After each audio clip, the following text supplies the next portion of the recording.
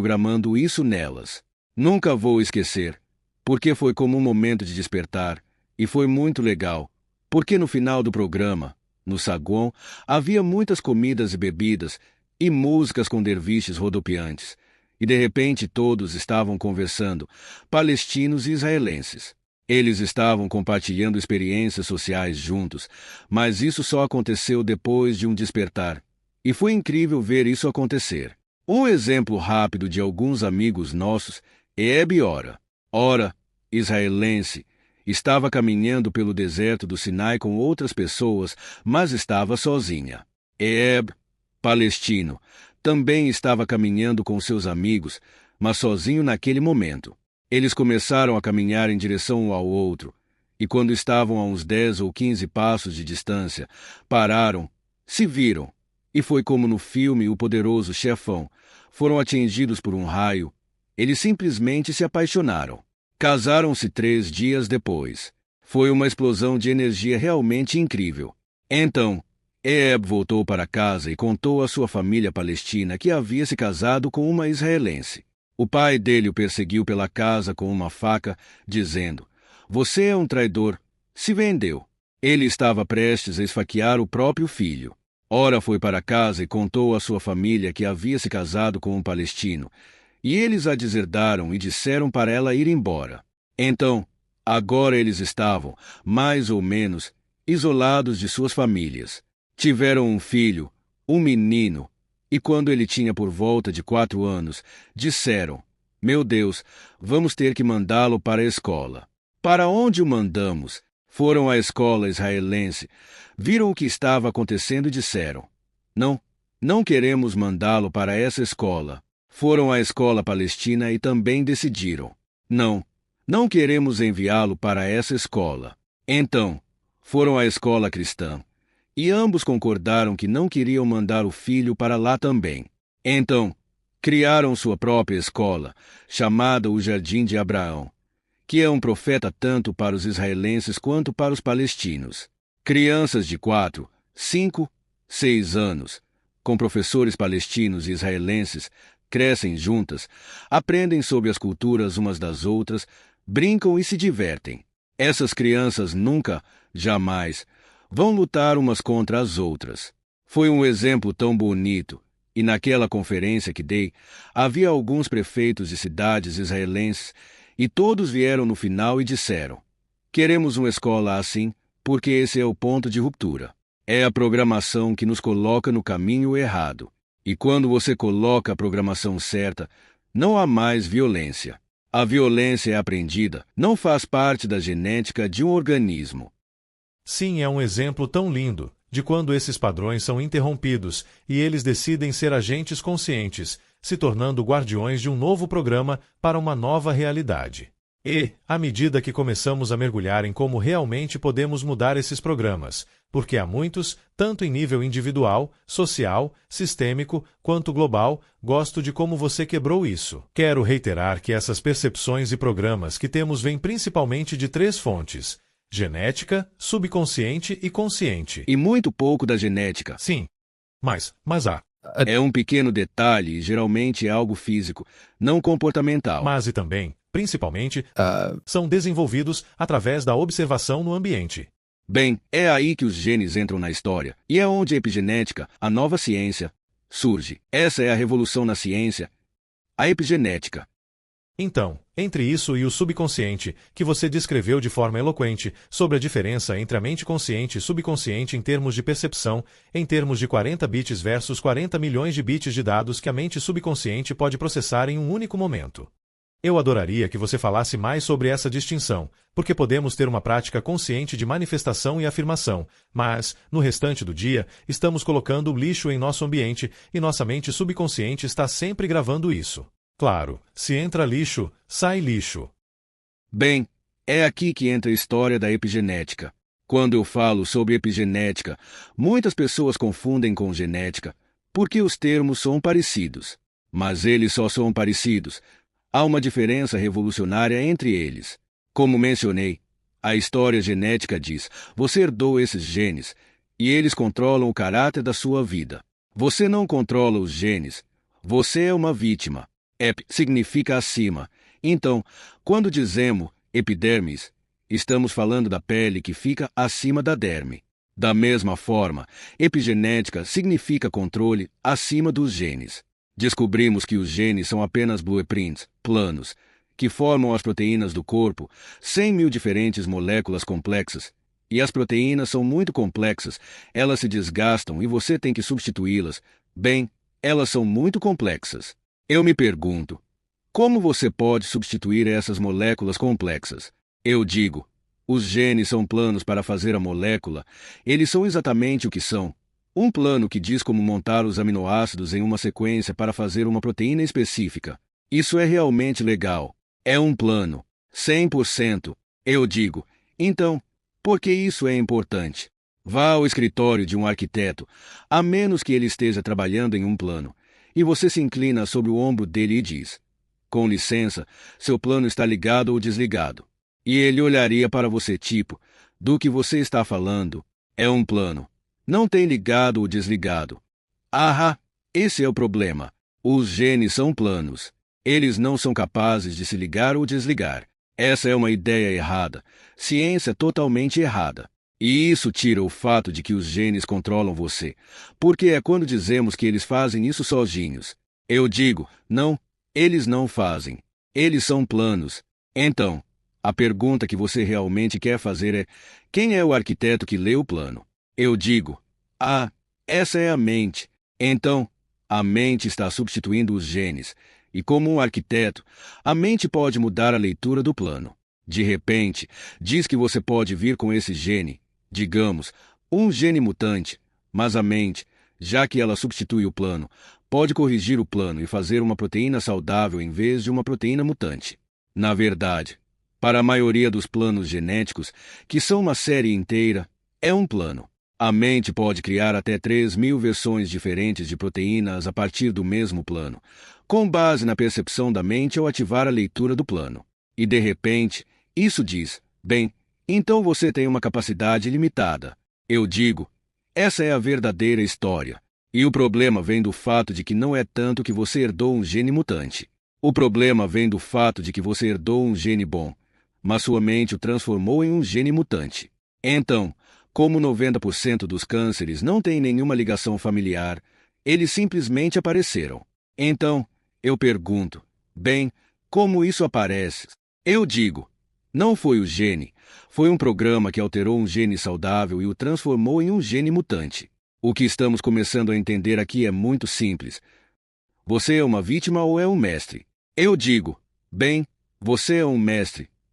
Mas você não conhece as regras, você não sabe como jogar o jogo. E, como resultado, sofremos por isso.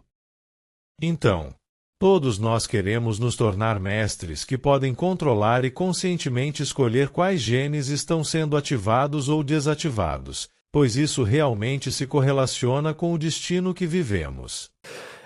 Eu gostaria que você explicasse um pouco mais sobre essa noção entre pensamento positivo e a reescrita dos programas. Porque você mencionou que desde o útero até os primeiros 7 anos, esses programas ocorreram e não estamos totalmente cientes deles. Eu não tenho memória. Sabe, não temos memória desses tempos, e ainda assim é um grande contribuinte para a grande maioria de como nossa vida se desenrola. Então, se não estamos conscientemente cientes dos programas que foram adquiridos, mas podemos ver os resultados deles em nossa vida e não gostamos, então, como começamos o processo de reescrever esses hábitos e realmente cimentar e baixar um novo software naquele computador e programas?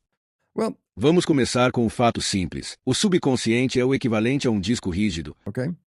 Então, por um momento, vamos considerar um computador. Você tem um disco rígido, você tem programas nele. Eu disse, fale com o disco rígido e veja se você pode mudar o programa. E, de repente, você percebe, bem, você pode falar com sua interface azul, mas não está mudando aquele programa. Eu digo, você precisa agir como se fosse uma gravação. Você tem que apertar um botão para fazer essa ação de mudar seu sistema de crenças e seus programas. Você realmente tem que passar por um processo para fazer isso. Muitas pessoas dizem, bem, eu vou apenas me dar uma boa conversa. Vou falar comigo mesmo. E eu sempre dou risada, porque eu digo, bem, com quem você está falando? Bem, eu estou falando com o subconsciente. Eu digo, não há ninguém no subconsciente. É um disco rígido. Só tem programas. Você não está falando com ninguém. Você está desperdiçando muito do seu tempo neste momento. Você quer fazer uma gravação? Então, você tem que usar o processo pelo qual as gravações entraram em primeiro lugar. Bem, o que foi isso? Bom, se tivermos um momento, eu vou te dar 3 maneiras de mudar os sistemas de crenças, e eu começarei com a forma como você adquiriu o sistema de crenças em primeiro lugar. Eu digo, o que foi isso? Seu cérebro estava operando em uma vibração mais baixa do que a consciência, teta. E teta é hipnose. Então, se você faz hipnose, e a maneira fácil é chamada de auto-hipnose, essa é a maneira principal de colocar o programa. Bem, como você faz auto-hipnose? Do que se trata? Bem, você tem que entrar em teta. E olha, teta está logo abaixo da consciência. Sim, está. Então, o fato simples é este. Todas as noites, quando você chega em casa de um dia de trabalho intenso em beta, alta vibração, você relaxa, e isso é a consciência alfa, que te acalma e no momento em que você fecha os olhos e está adormecendo, você desconectou a consciência. Mas o cérebro ainda está funcionando. Agora funcionando na próxima vibração abaixo da consciência, que é teta. Então, o cérebro está em um estado de gravação depois que você começa a adormecer. Então, se você colocar fones de ouvido e reproduzir um programa, pode começar um pouco antes de dormir e você vai ouvir um pouco do que está acontecendo no programa, mas no momento em que adormece, o programa está sendo reproduzido diretamente no subconsciente por meio da hipnose. Isso é chamado de auto-hipnose, ok? Se você quiser mudar sua vida, encontre um programa que apoie o que você quer mudar. Existem tantos programas de autoajuda que você pode colocar em um computador e fazer isso. Basicamente, é assim. Você encontra um desses programas, e quando for dormir à noite, coloca os fones de ouvido e adormece. O programa está sendo reproduzido no subconsciente. Você precisa repeti-lo várias vezes porque o período de teta não dura muito antes de você entrar na vibração mais baixa, delta, que é o sono profundo. Então, todas as noites há um período logo após você adormecer em que você é capaz de fazer auto-hipnose. E qualquer coisa que esteja sendo reproduzida nesses fones de ouvido está indo diretamente para a programação subconsciente, direto para dentro, ok? Essa é a primeira maneira de fazer isso. E foi assim que você adquiriu os programas em primeiro lugar, ok? A segunda maneira é que você ainda baixou programas depois dos 7 anos. Você aprendeu a dirigir um carro, tocar um instrumento, andar de bicicleta, seja o que for que você fez. Eu te pergunto, bem, como você aprendeu essas coisas? Porque elas se tornaram hábitos. Eu disse, hábito. Você repete. Você pratica repetidamente. Você repete um processo. Repete e repete. É assim que você cria um hábito. Se você quer um novo hábito, comece a criar um comportamento para um novo hábito. A sabedoria da nova era é: finja até conseguir. O que diabos é isso? Eu digo, bem, digamos que você não seja uma pessoa feliz. O que acontece se você quiser ser uma pessoa feliz? Eu digo, durante todo o dia, não importa o quão infeliz você esteja, isso não é relevante. Você diz a si mesmo, eu sou feliz, e você repete isso o máximo de vezes possível durante o dia. Isso é repetição. Repetição é o que cria o hábito. Haverá um dia em que você acordará e nem precisará dizer eu sou feliz, porque isso já foi baixado. Então, tanto a primeira parte da hipnose quanto a parte da repetição levam tempo. Você precisa usar muito tempo para fazer isso, ok? Mas essas são as 2 maneiras naturais pelas quais você adquiriu os hábitos em primeiro lugar. E como estamos enfrentando um apelo evolutivo neste momento, a necessidade é a mãe da invenção. Há uma necessidade de reprogramar mais rápido, porque o tempo é um elemento. Então, há uma nova versão da psicologia chamada psicologia energética. E o que é isso? Não é a terapia cognitiva convencional que diz, vamos revisar sua vida e falar sobre quem fez o que com quem, e aquela pessoa fez isso, e seu amigo fez aquilo, e blá blá blá. Isso não ajuda ninguém, na minha opinião. E o motivo é este. Você está repetindo o mesmo problema que o fez ter um problema, voltando para revisar como você adquiriu o programa ruim. É como se você estivesse matando o mensageiro em vez da mensagem. Quem fez isso? Quem causou isso? Não é relevante quem causou isso. Você está aqui hoje com o programa que adquiriu lá atrás. Então, voltar no passado não vai ajudar você. Você quer seguir em frente. Então, a psicologia energética é interessante porque não se importa com sua história. Ela pergunta, onde você está agora? Qual é o seu problema hoje? Bem, nós falamos sobre isso. Você pode ver o seu problema porque ele é o caráter da sua vida. Eu digo, então, o que a nova psicologia energética faz? Ela envolve algo chamado superaprendizado. O que é superaprendizagem? Uma criança com menos de 7 anos está em um estado de superaprendizagem. O que isso significa? Ela só precisa de uma experiência para lembrar-se disso pelo resto da vida. Download. Boom. Instantaneamente. Você pode engajar a superaprendizagem. Sim. Se você já viu cérebros, quase todo mundo já viu, há uma linha bem no meio, e nós o chamamos de hemisfério esquerdo e hemisfério direito. As duas metades do cérebro, os dois hemisférios, têm funções diferentes. Por exemplo, o hemisfério esquerdo é intelectual. Palavras são a grande coisa que você pode fazer, e o hemisfério direito é emocional. Ok? Então, eu tenho o intelectual e o emocional. Antes dos 7 anos, ambos os hemisférios estão integrados, e toda experiência que você tem um caráter emocional e intelectual. Ok? A questão é, se você quiser mudar isso, a ideia é que você pode trazer os hemisférios de volta à sincronia, porque depois dos 7 anos, eles não se separam fisicamente, mas se separam funcionalmente. Então, depois dos 7 anos, a cada 2 ou 3 horas, sua vida vem de um hemisfério ou do outro, e é como uma onda. Às vezes, você está mais intelectual durante o dia. Às vezes, você está mais emocional durante o dia do que intelectual e emocional. Então, é uma onda, chamada de onda ultradiana. Eu digo, porque isso é importante.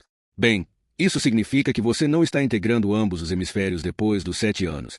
Mas se você fizer um exercício que integre esses dois hemisférios, então você pode voltar ao caráter de superaprendizagem que a criança de menos de 7 anos tem. Como você faz isso? Qual é o exercício físico que você pode fazer? Te digo. Meu braço direito é controlado pelo hemisfério esquerdo. Meu braço esquerdo é controlado pelo hemisfério direito. Sim. Mas observe o que acontece se eu pegar meu braço direito, que é controlado pelo hemisfério esquerdo, e se eu cruzar a linha central, ele é controlado pelo outro hemisfério porque agora está na zona controlada pelo hemisfério direito. Então, ele é controlado pelo hemisfério esquerdo, mas no momento em que eu cruzo a linha central, ele também é controlado pelo outro hemisfério. Então, se você cruzar os dois braços e fizer algo assim, você está integrando ambos os hemisférios. E se você cruzar os tornozelos, a mesma coisa, ok? Isso é muito calmante. Esse é o número 1. É por isso que, se você observar as pessoas relaxando, preste atenção nas pernas delas. Elas geralmente estão em uma cadeira com os tornozelos cruzados. Isso faz parte da integração. É uma experiência calmante.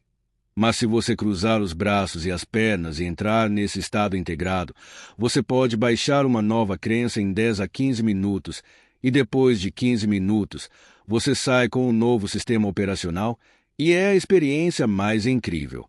Quero dizer, eu falo sobre isso não apenas porque conheço a tecnologia e tudo mais, mas porque minha vida foi completamente e profundamente transformada por causa da intervenção desses processos psicológicos. Vou dar um exemplo. Programação por 7 anos. Meu pai e minha mãe tinham um relacionamento muito disfuncional. Eu era uma criança na família, observando meu pai, porque eu estava baixando aquele papel. E o que eu baixei? O comportamento disfuncional dele. O que eu não sabia é que estava simplesmente baixando isso. Sim, mas então, pelos primeiros 40 anos da minha vida, eu não conseguia fazer um relacionamento funcionar. Por quê? Porque, sem eu saber, naquela época, 95% da minha vida estava vindo do programa que baixei do meu pai.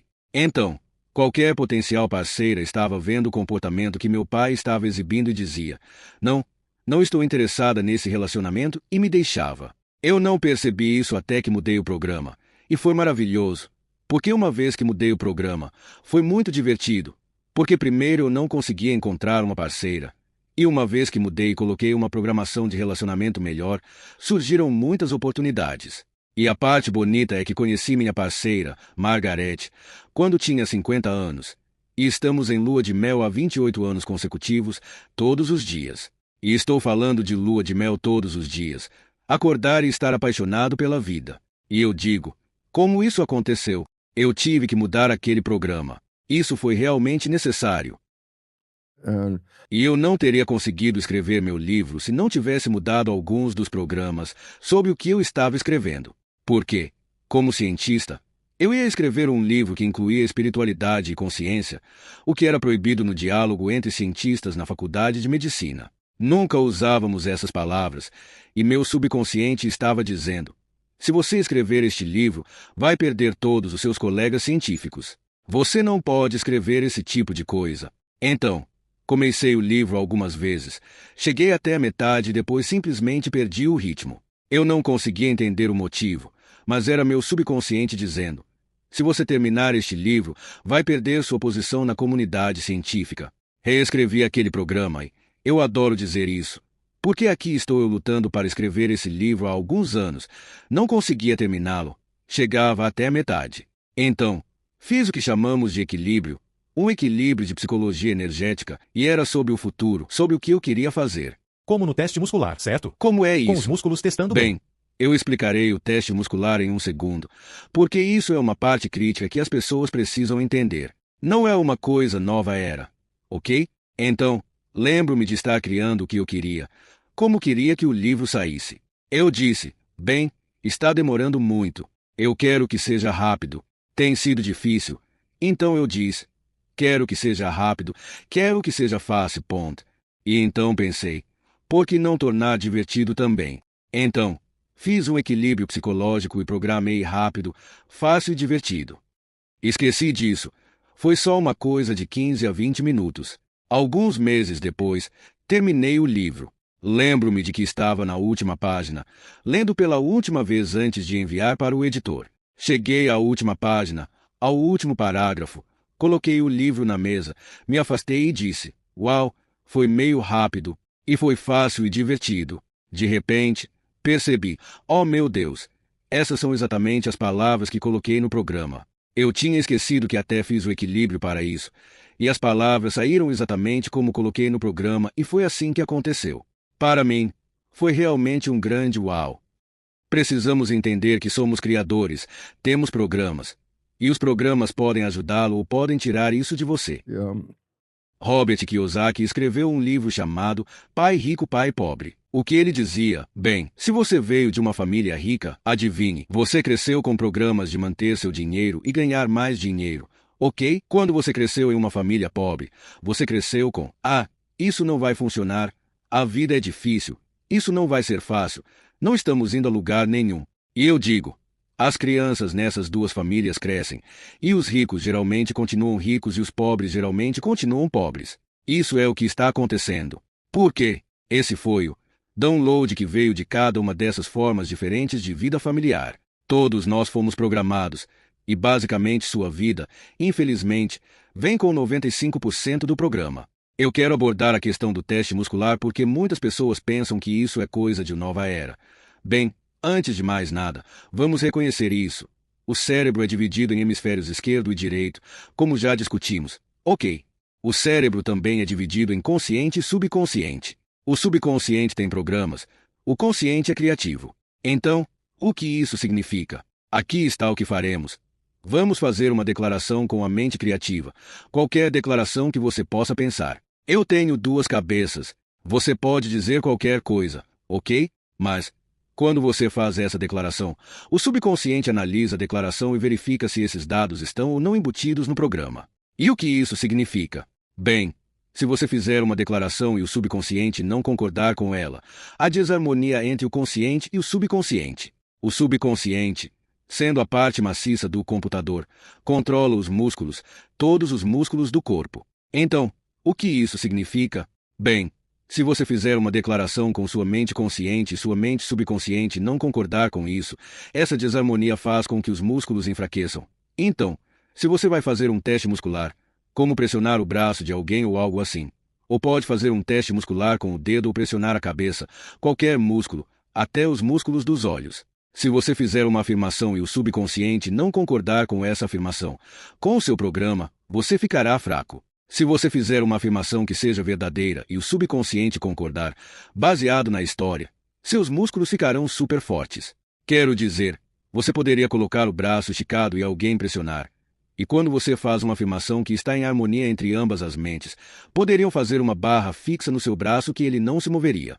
Mas se você fizer uma afirmação que ambas as mentes não concordam, isso o enfraquecerá. Muitas pessoas fazem isso de empurrar e eu digo: não, sabe quanto você precisa? Apenas isso. Se ele ceder, Significa que o subconsciente não concorda. O resto é apenas uma queda de braço. O ponto é que você pode testar seu sistema de crenças, e é aí que entra a questão. Bem, se eu quiser fazer uma mudança, tenho que descobrir quais são minhas crenças. Bem, isso porque você obteve a maioria delas antes dos 3 anos de idade, então você não conhece essas coisas.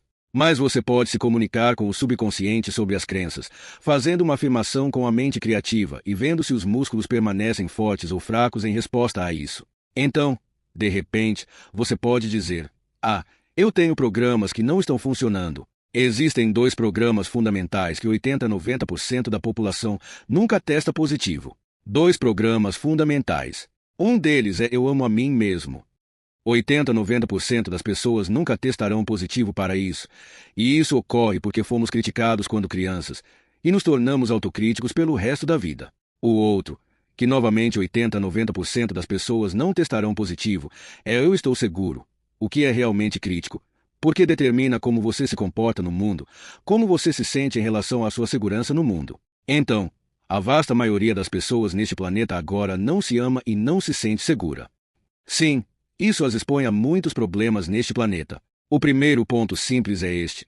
Se você não ama a si mesmo, como outra pessoa pode dizer que ama você? Porque se eles dizem que amam você, você olha para eles e pensa: "Oh, você não tem controle de qualidade, porque eu sei que não sou amável. O que há de errado com você?"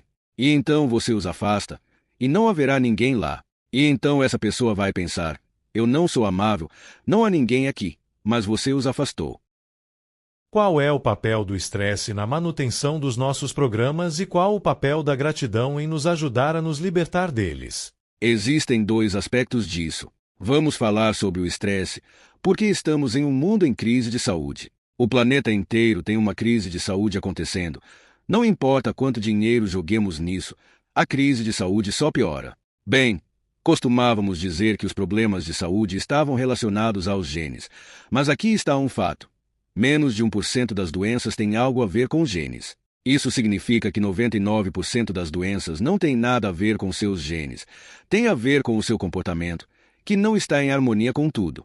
Então eu digo: bem, o que está acontecendo aqui? Se eu puder, vou lhe dar 3 consequências do estresse. Estresse significa, e vamos simplificar, que você tem um desejo ou uma vontade de realizar algo, ir a algum lugar, fazer algo. Se qualquer coisa atrapalhar esse destino, por definição, isso é chamado de estresse. Expectativas não realizadas de alguma forma. Sim, porque você está tentando, "eu quero isso, mas não consigo chegar lá." Isso é estresse, ok? Sim, obter coisas que você não quer. Essa é outra história. Ou ver coisas que você não pode ter. Sim. Então, basicamente, eu digo, qual é a história? No momento em que você está estressado, o cérebro lê os níveis de estresse e libera hormônios de estresse. E daí, bem, há 3 resultados dos hormônios do estresse que, quando você os combina, explicam toda a crise de saúde no planeta. Quais são eles? Bem, número 1.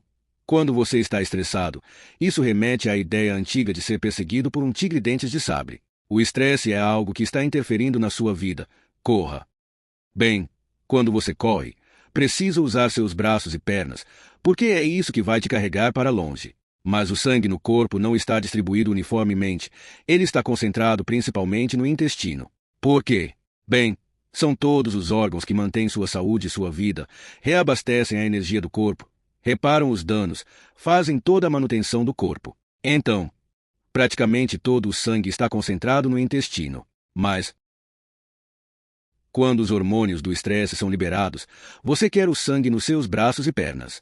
Por quê? Primeiro de tudo, vamos enfatizar que o sangue é a fonte de energia. Então, se você vai correr, quer o sangue nos seus braços e pernas para poder correr. Como ele vai do intestino para os braços e pernas? Os hormônios do estresse fazem com que os vasos sanguíneos no intestino se contraiam, e quando eles se fecham, fazem com que o sangue seja empurrado para as extremidades do corpo. As pessoas sentem isso quando estão com medo, sentem um pouco de enjoo, como borboletas no estômago. Isso é a contração dos vasos sanguíneos que você sente, ok? Isso empurra o sangue para os braços e pernas para que você possa correr do tigre.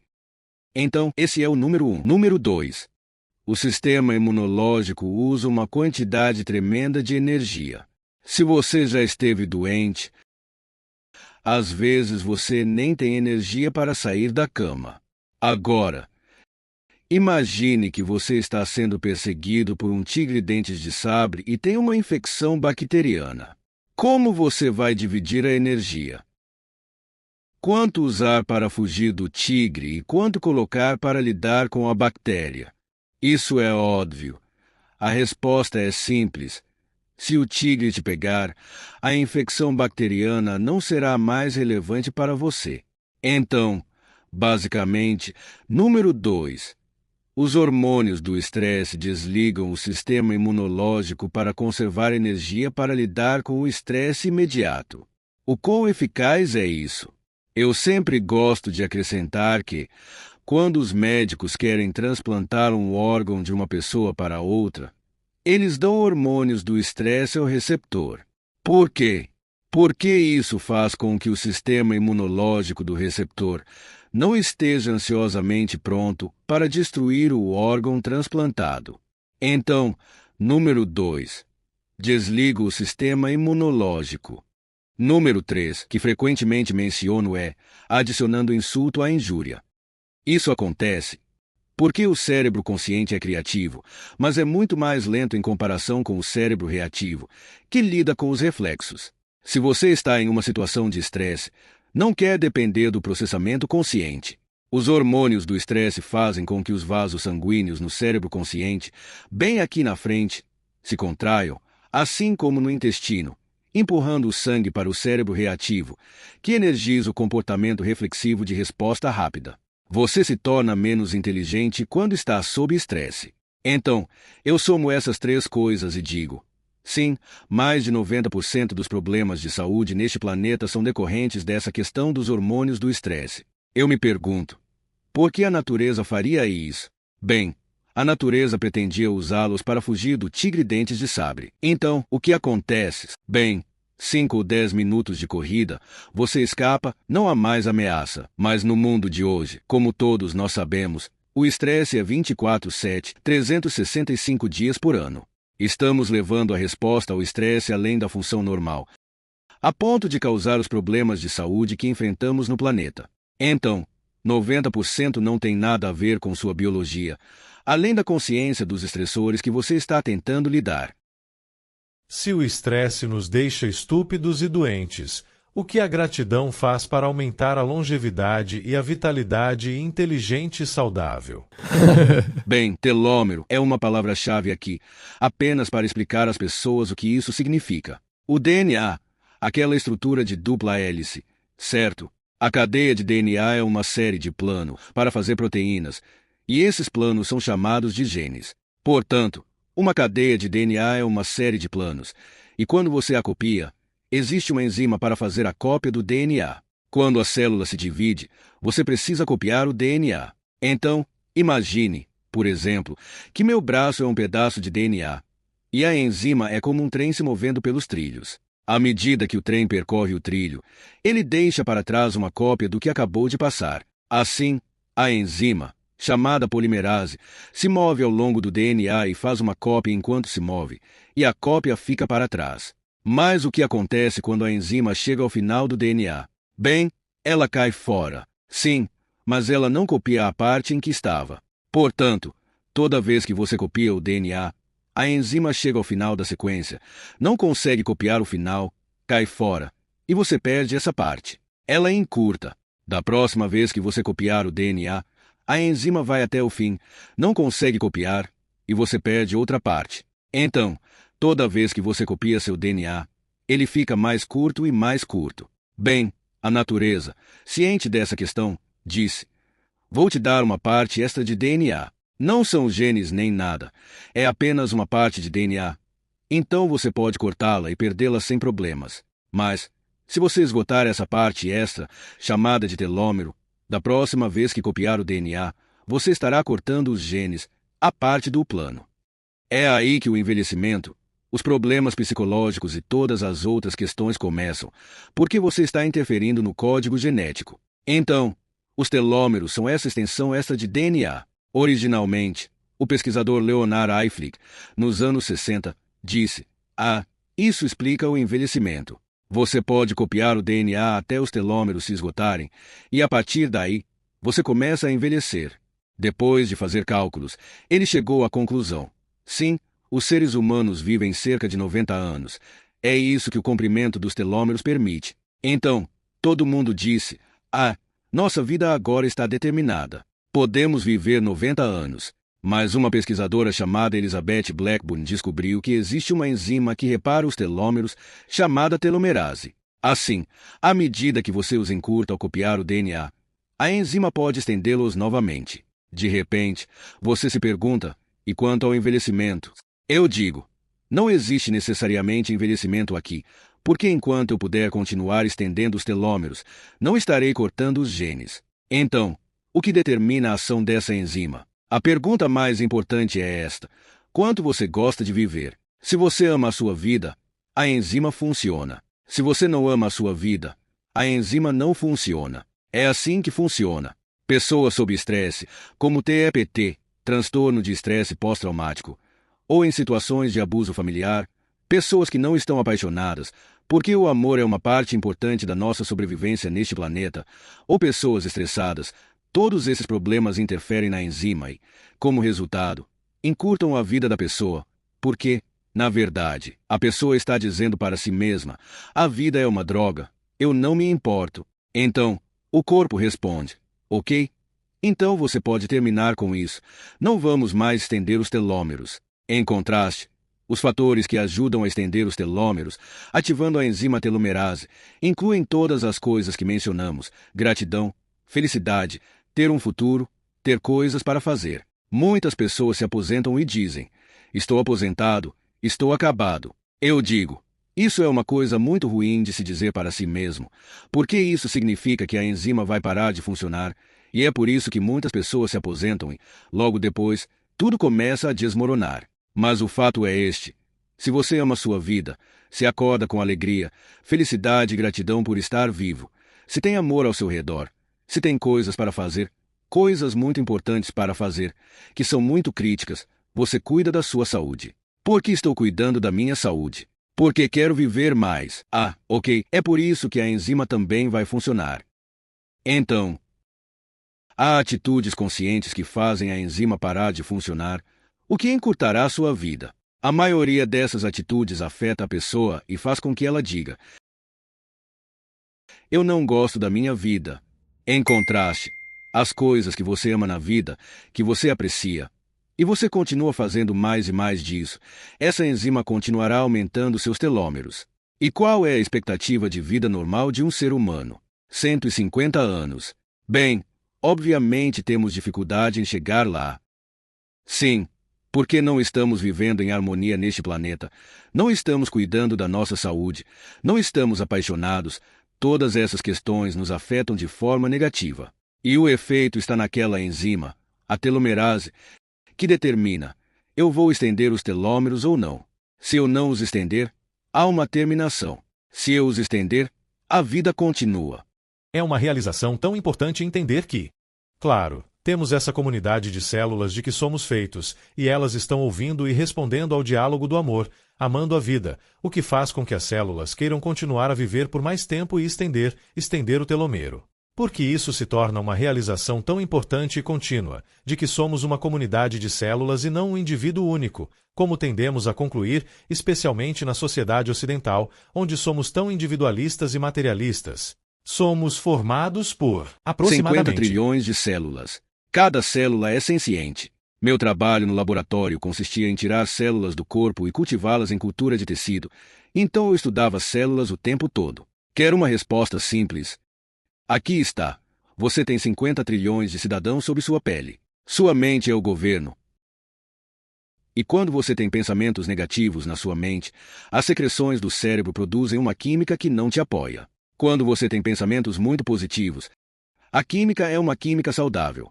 Então, um sistema de crenças negativo encurtará a sua vida, porque é a química que vem do cérebro. Eu não falei ainda sobre epigenética, então talvez só mais um minuto para falar sobre isso. Claro, tome seu tempo. Ok. Minha pesquisa começou com clonagem de células-tronco.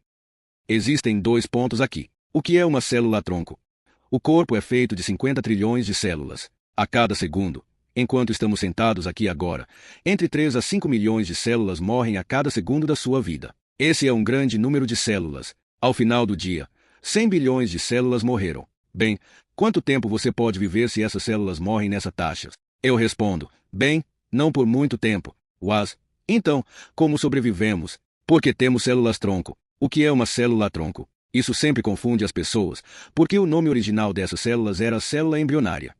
E, uma vez que você nasce, dizem, bem, você não é mais um embrião. Então mudamos o nome, mas ainda é uma célula embrionária, agora chamada de célula-tronco. Então, suas células-tronco estão se dividindo a uma taxa que compensa as células que você perde todos os dias, para que você permaneça estável. Eu estava cultivando células-tronco no laboratório, clonando-as. Clonar significa que eu colocava uma única célula-tronco em uma placa de Petri. Ela se divide a cada 10 a 12 horas. Primeiro, é uma célula. 10 horas depois são 2. Depois de 10 horas são 4, 8, 16, 32, dobrando. Ao final de uma semana, na minha placa de Petri, eu tinha 30 mil células. Mas todas vieram de uma única célula-mãe. Então eu tinha 30 mil células geneticamente idênticas. Eu dividi essas células em 3 placas de Petri. Ok, aqui vem o segredo. Porque quando cultivamos células em uma placa, as cultivamos em um líquido chamado meio de cultura. Vou revelar o segredo agora. Meio de cultura é uma versão laboratorial do sangue. Quando cultivo células humanas, faço o meio de cultura com base na composição do sangue humano. Se cultivo células de camundongo, vejo do que é composto o sangue de camundongo. Então, o meio de cultura é o sangue de laboratório.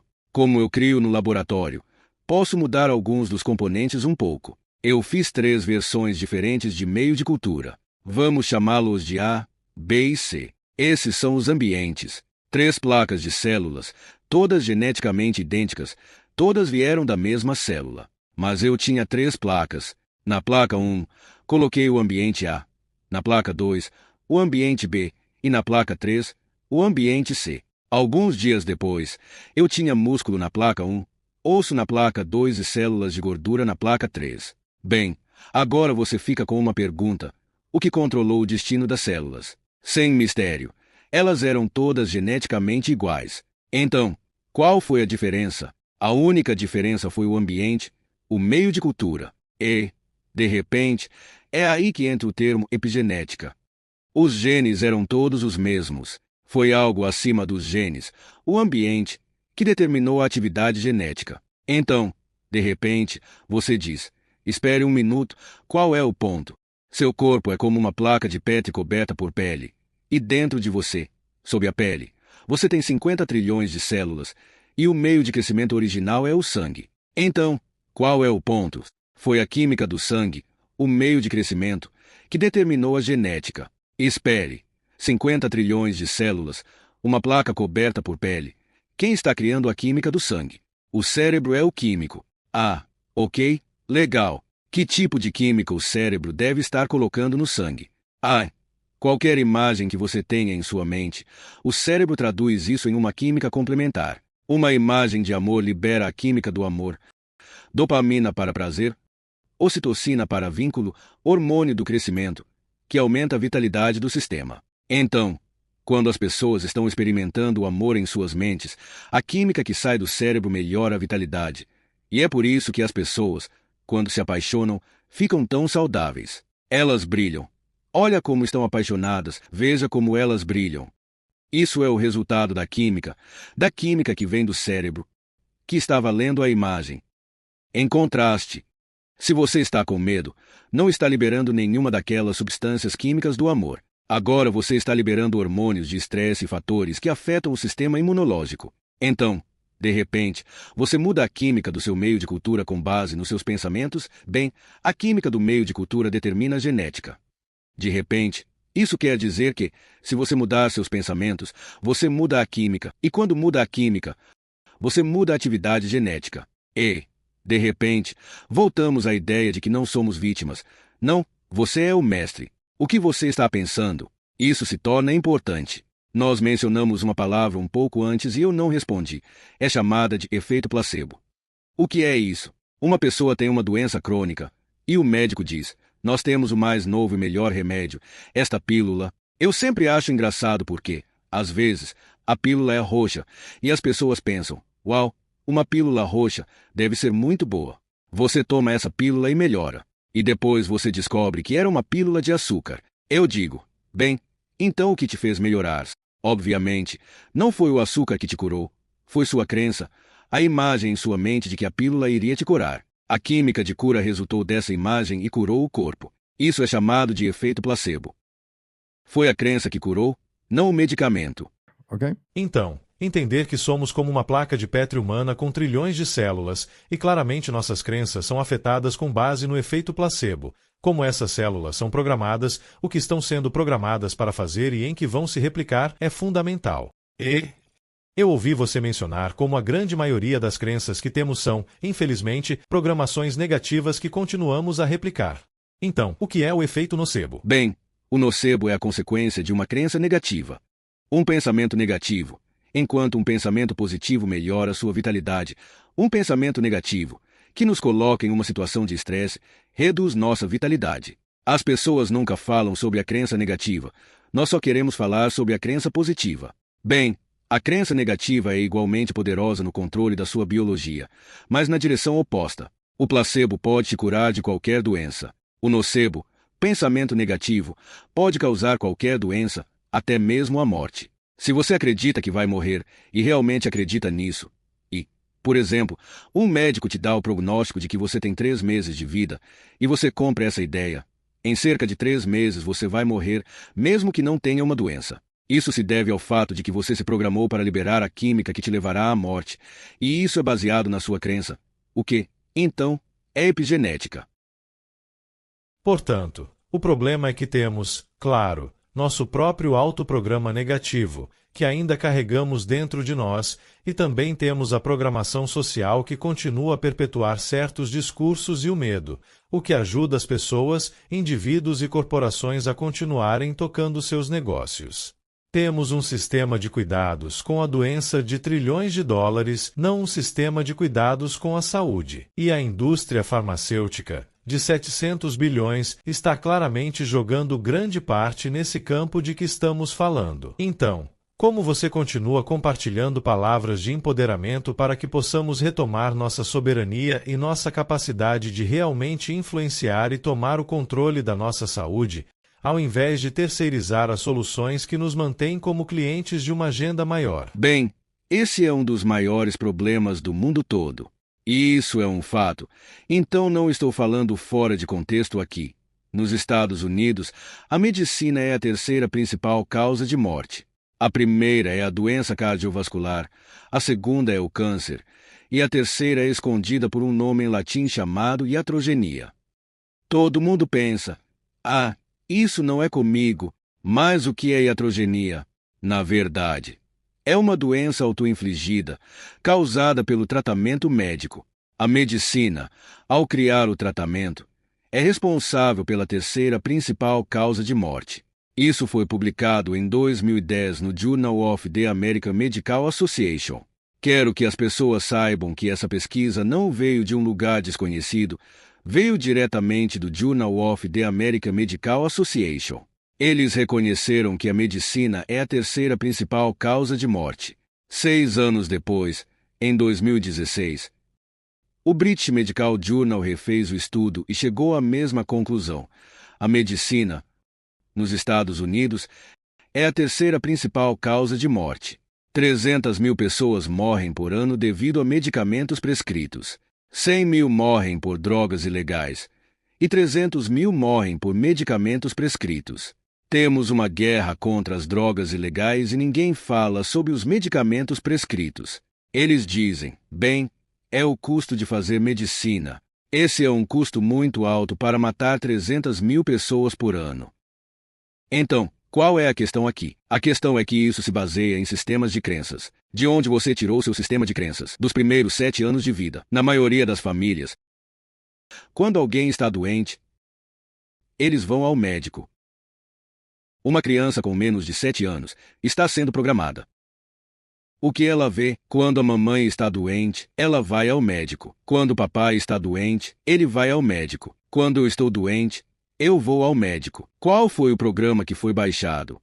Quando se trata de saúde, você não é a fonte oficial. O médico é a fonte oficial. Se você quer saber como sua saúde está, não depende de você. Depende do que o médico diz. Nós compramos implicitamente a ideia de que damos aos médicos a verdade, que eles são a fonte da verdade. Se eles dizem que você vai morrer em 3 meses, você não questiona isso, você diz, ok, vou me preparar e cuidar dos meus assuntos, porque vou morrer em 3 meses. E as pessoas morrem. E então, muitas vezes, eles fazem autópsias para descobrir que a pessoa não morreu do diagnóstico original que o médico deu, mas porque ela acreditou que morreria em 3 meses. Então, basicamente, você entrega seu poder de verdade para outra pessoa, o médico e a profissão médica, e isso inclui, infelizmente, no topo, a indústria farmacêutica. Nós compramos isso. Antigamente, os médicos te diziam de quais medicamentos você precisava. Agora, com a televisão, os anúncios te dizem de quais medicamentos você precisa. Lembro-me do Bill Maher fazendo um show em que ele falou sobre isso. Ele disse, seu médico é um traficante de drogas. Você entra lá e diz, eu quero essa droga. E ele te vende essa droga, como um traficante de drogas. O problema é que os medicamentos são o problema, mas eles são o problema por causa do sistema de crenças que temos sobre eles. E quando o médico diz que você tem algo negativo, isso se torna a sua verdade e sua mente, sendo a criadora, aceitará essa verdade e manifestará o que foi dito. É por isso que eu digo que o câncer não está na linhagem familiar 90% das vezes. Ele simplesmente apareceu. Eu digo, como isso aconteceu?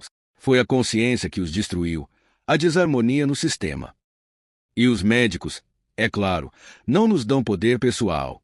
Seu treinamento médico ensina que seu corpo não é inteligente, portanto, fontes externas devem ser capazes de ler seu corpo e ajustar o que está acontecendo, porque seu corpo não é inteligente, o que é a maior falsidade que já existiu.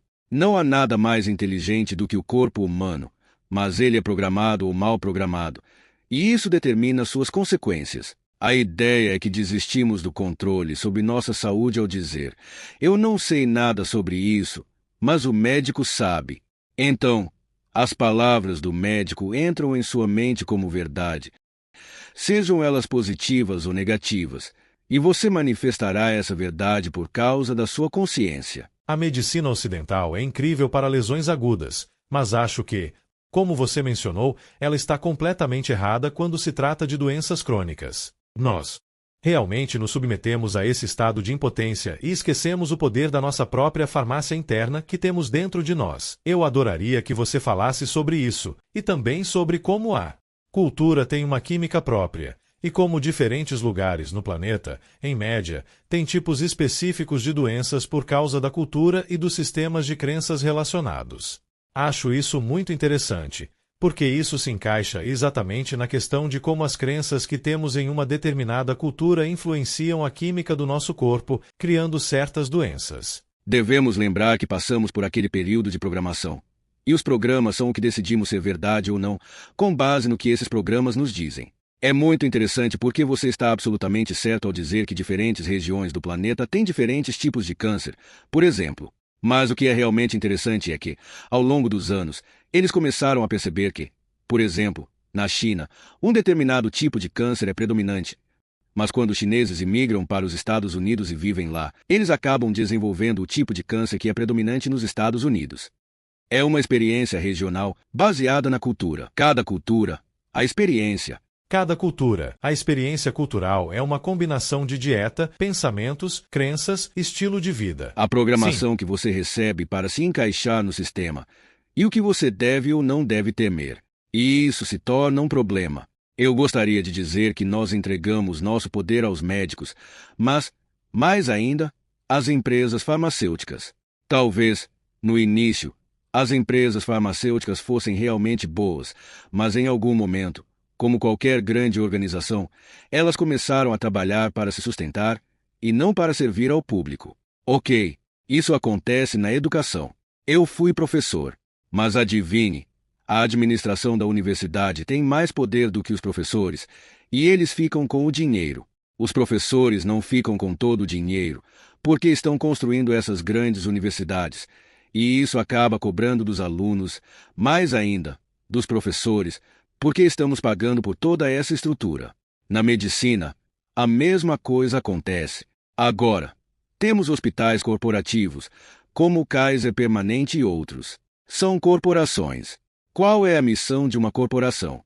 Pela lei, a missão de uma corporação é gerar lucro para os acionistas. Eu digo, espere, pare aí. O que isso significa? Significa que o sistema de saúde cobra para te curar, mas também cobra para cobrir as despesas gerais e outros custos. Essas despesas são o que vai para os acionistas e outros interesses. Então, você está pagando muito mais pela sua saúde do que o necessário, porque está alimentando essas pessoas. A medicina deveria ser sem fins lucrativos, mas não é. É baseada em quanto dinheiro é necessário para manter o sistema funcionando. As empresas farmacêuticas têm explorado as pessoas por anos, aumentando os preços de coisas como a insulina para diabéticos. De repente, os preços começaram a subir tanto que agora os diabéticos têm dificuldade até mesmo para pagar o medicamento de que precisam para se manterem estáveis. Os preços dos medicamentos são baseados no interesse corporativo e não nas pessoas. Os preços são tão absurdos que é como, uau, eles são perversos, na minha opinião, porque eles olham e dizem, bem, é a busca do lucro, temos permissão para fazer isso. Meu irmão tinha hepatite C. Temos uma pílula para tratar a hepatite C. Quanto custa? $1.000 por pílula. Eu digo, isso é caro. Quantas pílulas são necessárias? 100 pílulas. Então, o tratamento custa $100.000. Esse é o preço para um remédio que eles criaram com o financiamento do governo, e agora cobram todo esse dinheiro. Há um exemplo realmente maligno que sempre me vem à mente. Algumas crianças, bebês, nascem com uma disfunção neural que faz com que morram nos primeiros anos de vida. Aos 2 ou 3 anos, elas falecem. Uma empresa desenvolveu uma engenharia genética para ajudar essas crianças a sobreviver. E daí? Bem, imagine uma mulher, nesse cenário, acabou de ter um bebê e você sabe, isso é nada, quero dizer, entre uma mãe e um bebê, esse é o supervínculo da vida. Sabe? E então ela recebe o diagnóstico de que seu bebê vai morrer em 3 anos. O que você acha que passa pela mente dessa mãe? E então o cara da indústria farmacêutica, que deveria usar uma máscara, aparece e diz, nós podemos salvar seu filho. Oh, graças a Deus, você sabe. E aí ele diz, custa $1 milhão. $500.000 pelo tratamento. Você pode muito bem apontar uma arma para a mãe e dizer, nos dê $1,5 milhão ou vamos matar seu filho. Isso é um padrão de negócios no mundo farmacêutico. Eles não são nossos amigos, são pessoas lucrando, são corporações. E corporações significam fazer dinheiro com o serviço de saúde que te oferecem. Eu acho isso abominável. Não consigo acreditar que uma pessoa está doente e agora você vai tentar lucrar com isso. É por isso que nos Estados Unidos, quantas pessoas não podem pagar por cuidados de saúde? Quantas pessoas nos Estados Unidos não podem nem mesmo ir a uma sala de emergência? Mínimo de $500 só para entrar pela porta. Elas não têm $500. Estamos em um lugar muito ruim aqui, porque quando o lucro tomou conta, a ideia de humanidade deixou a sala nesse momento. Então, as pessoas nos Estados Unidos não podem pagar pelos cuidados de saúde, não podem pagar pelos medicamentos, e é como se isso fosse negócio. Eu digo, isso não é negócio. Isso é sobre a vida, cara. Sim, é difícil também porque há esse impulso altruísta genuíno que enfermeiras e médicos têm e eles entram nisso, mas o sistema em que estão simplesmente não está equipado para ajudá-los a realmente, muitas vezes, ajudar. Sim, eu fui professor em uma escola de medicina. E eu vi isso porque eu estava no primeiro semestre da escola de medicina, ensinando os fundamentos de biologia celular, histologia, anatomia, essas coisas básicas. E eu via esses alunos chegando, e eles estavam como, uau, estou indo para a escola de medicina, vou ser médico, vou salvar o mundo, e eles estavam tão empolgados. E então, você os vê no 4º ano, antes de se formarem, dizendo, me tirem logo desse lugar, eu não aguento mais essa porcaria. Eles destroem os alunos na escola de medicina, no sentido de programá-los, colocá-los naquela caixinha de médico na caixa. E a realidade é que eu vi isso, eu assisti isso acontecer. As pessoas passam pela escola de medicina, e como as desafiam e as exaurem. E costumava ser, ser médico era uma carreira bem lucrativa. Agora não é mais lucrativa. Muitos deles estão apenas se virando. Por quê? Porque alguém está sugando o creme do topo, mas não é para o paciente. De jeito nenhum, ou para o médico. Sinto muito, porque os médicos são culpados pelos problemas, quando isso realmente vem de cima, da indústria farmacêutica, que praticamente controla o currículo das escolas de medicina. E eu digo isso tendo sido professor em uma escola de medicina. O dinheiro fala. Assim como temos muitas células que compõem quem somos como indivíduo, de certa forma, somos como uma célula de um organismo maior chamado humanidade. E as crenças que temos, muitas dessas coisas de que estamos falando, contribuem energeticamente para guerras contínuas, preconceitos, doenças planetárias de uma maneira geral. E, quando você olha para o macrocosmo e amplia a visão sobre onde estamos atualmente, em termos de humanidade como um todo, o que você vê? Como tudo o que estamos falando é tão capacitador, como podemos iniciar nosso processo individual de despertar e, assim, ser um contribuinte para o nascimento de um novo paradigma neste planeta. O que você vê quando olha para a humanidade em grande escala? Lamarck tinha uma atitude completamente diferente sobre o que estava causando a evolução. A primeira coisa era a sua visão de que os animais e plantas se ajustavam ao ambiente, o que significa que você não encontra rosas no Ártico e não encontra ursos polares na África. Os organismos se ajustam ao ambiente. Então, quando ele estava formulando a teoria da evolução, ele disse que havia uma troca de informações entre o ambiente e a genética do organismo para adaptar o organismo ao ambiente. Era tudo sobre adaptação e harmonia. 50 anos depois, Darwin aparece com essa ideia. Na verdade, não foi Darwin, mas não vamos entrar nisso agora. Isso é outra história. Houve outra pessoa que surgiu com a teoria, e Darwin, sendo da classe alta, se apropriou do título de evolução dessa outra pessoa, que era de uma classe comum. A visão de Darwin vinha do fato de que ele via competição, e isso não vinha dele, mas de um filósofo chamado Thomas Malthus, que surgiu antes de Darwin. Malthus teve uma ideia de que as plantas não aumentam sua população tão rapidamente quanto os animais aumentam suas populações. Ou seja, as plantas crescem de forma aritmética. O fazendeiro colhe um cesto este ano. No próximo ano ele pode colher 2, 3, 4. Enquanto isso, os animais dobram 2, 4, 8, 16. Então, Malthus concluiu que a vida era baseada na competição, porque não havia comida suficiente para todos os animais.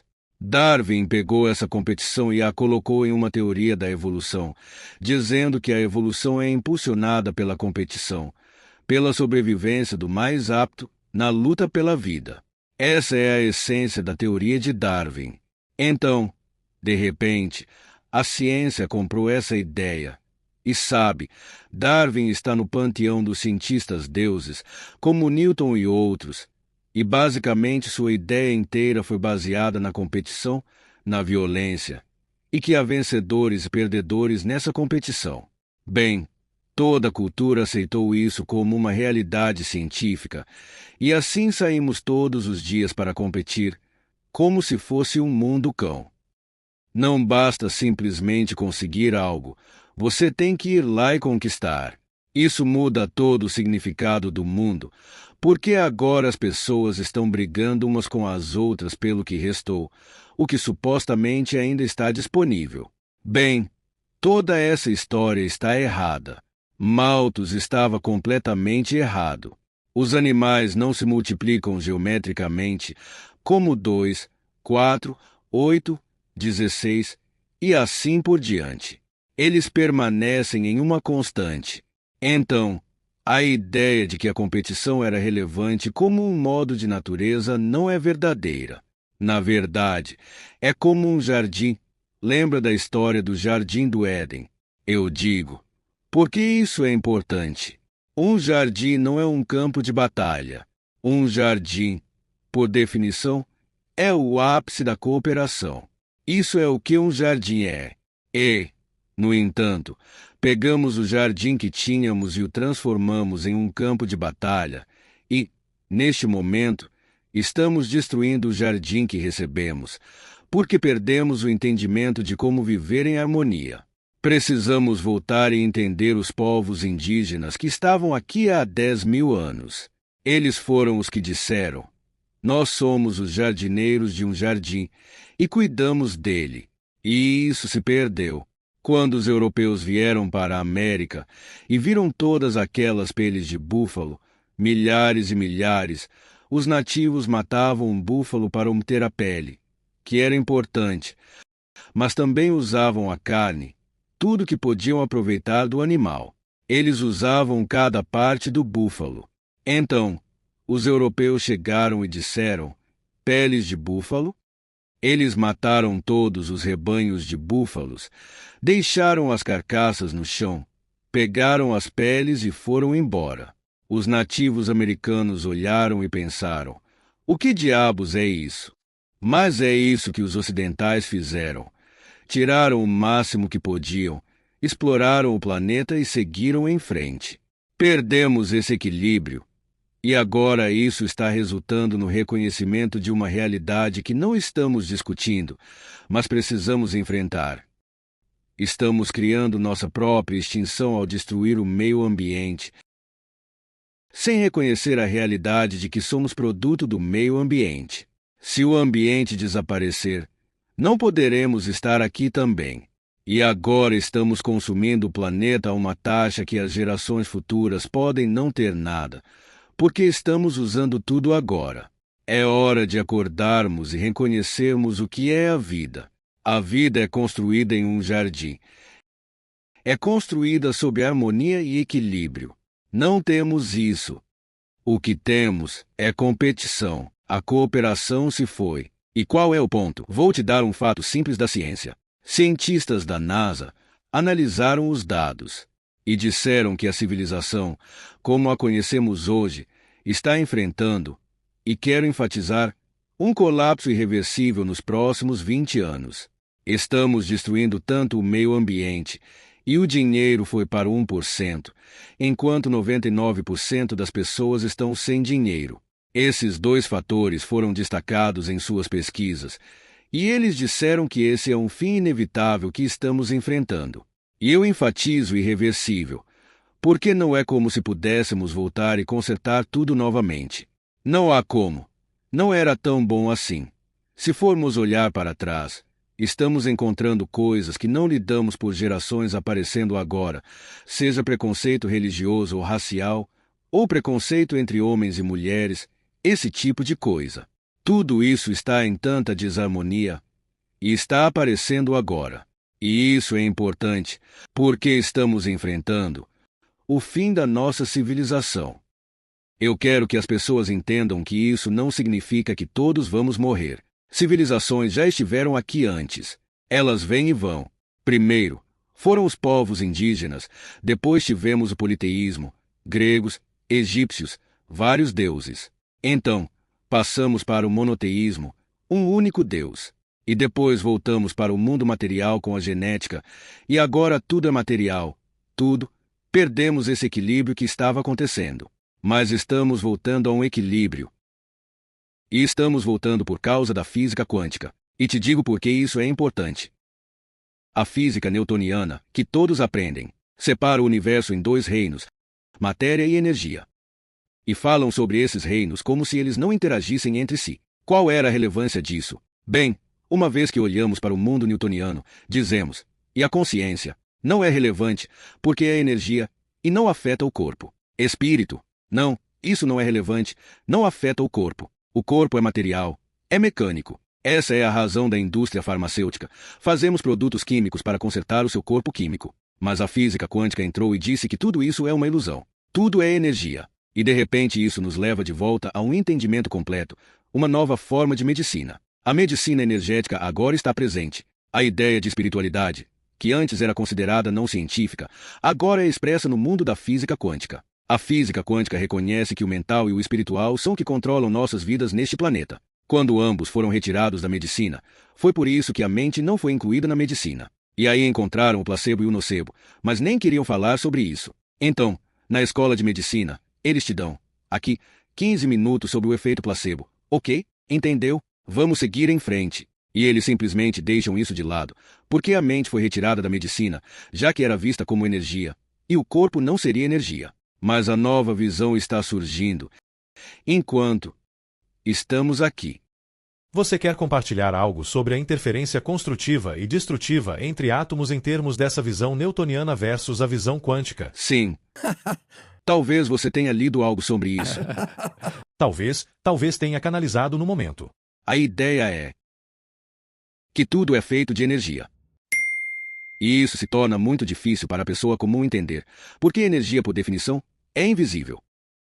Bem, aqui estamos nós, sentados, você e eu, em cadeiras, com as luzes acesas, nos vendo fisicamente, sentados em uma sala física. Eu digo, é uma ilusão. Você diz, o que você quer dizer? Eu digo, a fisicalidade é energia. Isso é o que a física quântica mostrou. Eles desmontaram o átomo. Encontramos o pequeno sistema solar, o núcleo e os elétrons.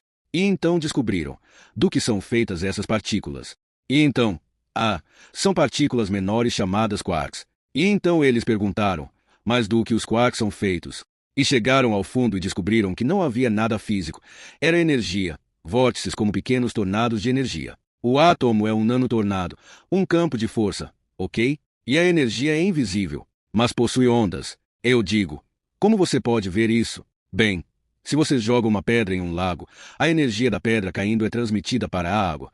E essa energia é uma força que molda a água em ondulações. As ondulações são uma reflexão da energia, que são ondas. Energia são ondas, ok? Então, qual é a relevância disso? Eu digo, às vezes, duas coisas feitas de energia, com ondas, podem estar em total harmonia. E então duas pequenas ondas, quando se tocam, podem formar uma onda maior. Isso é chamado de interferência construtiva. A onda A e a onda B se interferem.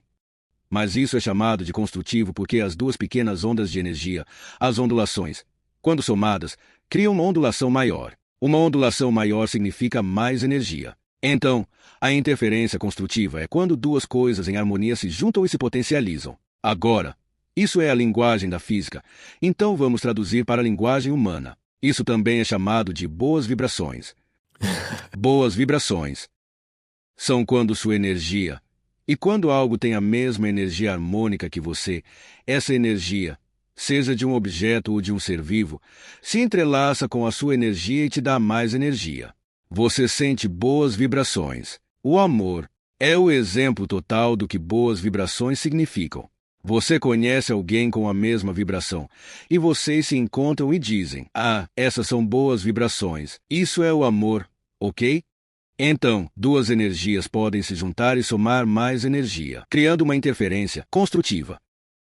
Mas se forem duas ondas com a mesma vibração, mas que estão fora de harmonia, uma onda está subindo enquanto a outra está descendo, e quando uma está subindo, a outra está descendo, elas estão fora de fase. Quando estão em fase, ambas sobem e descem ao mesmo tempo. Fora de fase, uma sobe enquanto a outra desce. Quando se encontram, elas se cancelam. Duas energias podem criar zero energia quando se anulam mutuamente. Ok? Isso é chamado de interferência destrutiva, também conhecida como más vibrações. Más vibrações. Bem, vamos relacionar isso tudo a tudo é energia. A vida é energia. Se você obtém interferência construtiva, sua vida tem mais energia, boas vibrações. Mas a interferência destrutiva diz que duas energias que não estão em harmonia se encontram e se anulam, criando más vibrações. E de repente isso diz, bem, tudo é energia, tudo são vibrações. Eu quero dar um passo atrás, porque a definição de energia é invisível. Bem, se a energia é invisível, como posso ver este mundo físico? E eu digo ao público, e eles riem, mas é uma verdade séria. Eu digo, o que é isso? As luzes estão acesas. Se estivéssemos fazendo esta gravação no escuro, ainda estaríamos aqui, conversando. Mas não haveria uma imagem de nós. Bem, como a luz faz isso? Você é um corpo de energia. A luz ou fótons vem da fonte. Temos luzes ao redor aqui. E quando os fótons atingem seu corpo de energia, eles são refletidos de volta. Então, você não está me vendo. Você está vendo um verniz de fótons que vem da fonte de luz e é refletido de volta. Você está vendo a superfície de mim.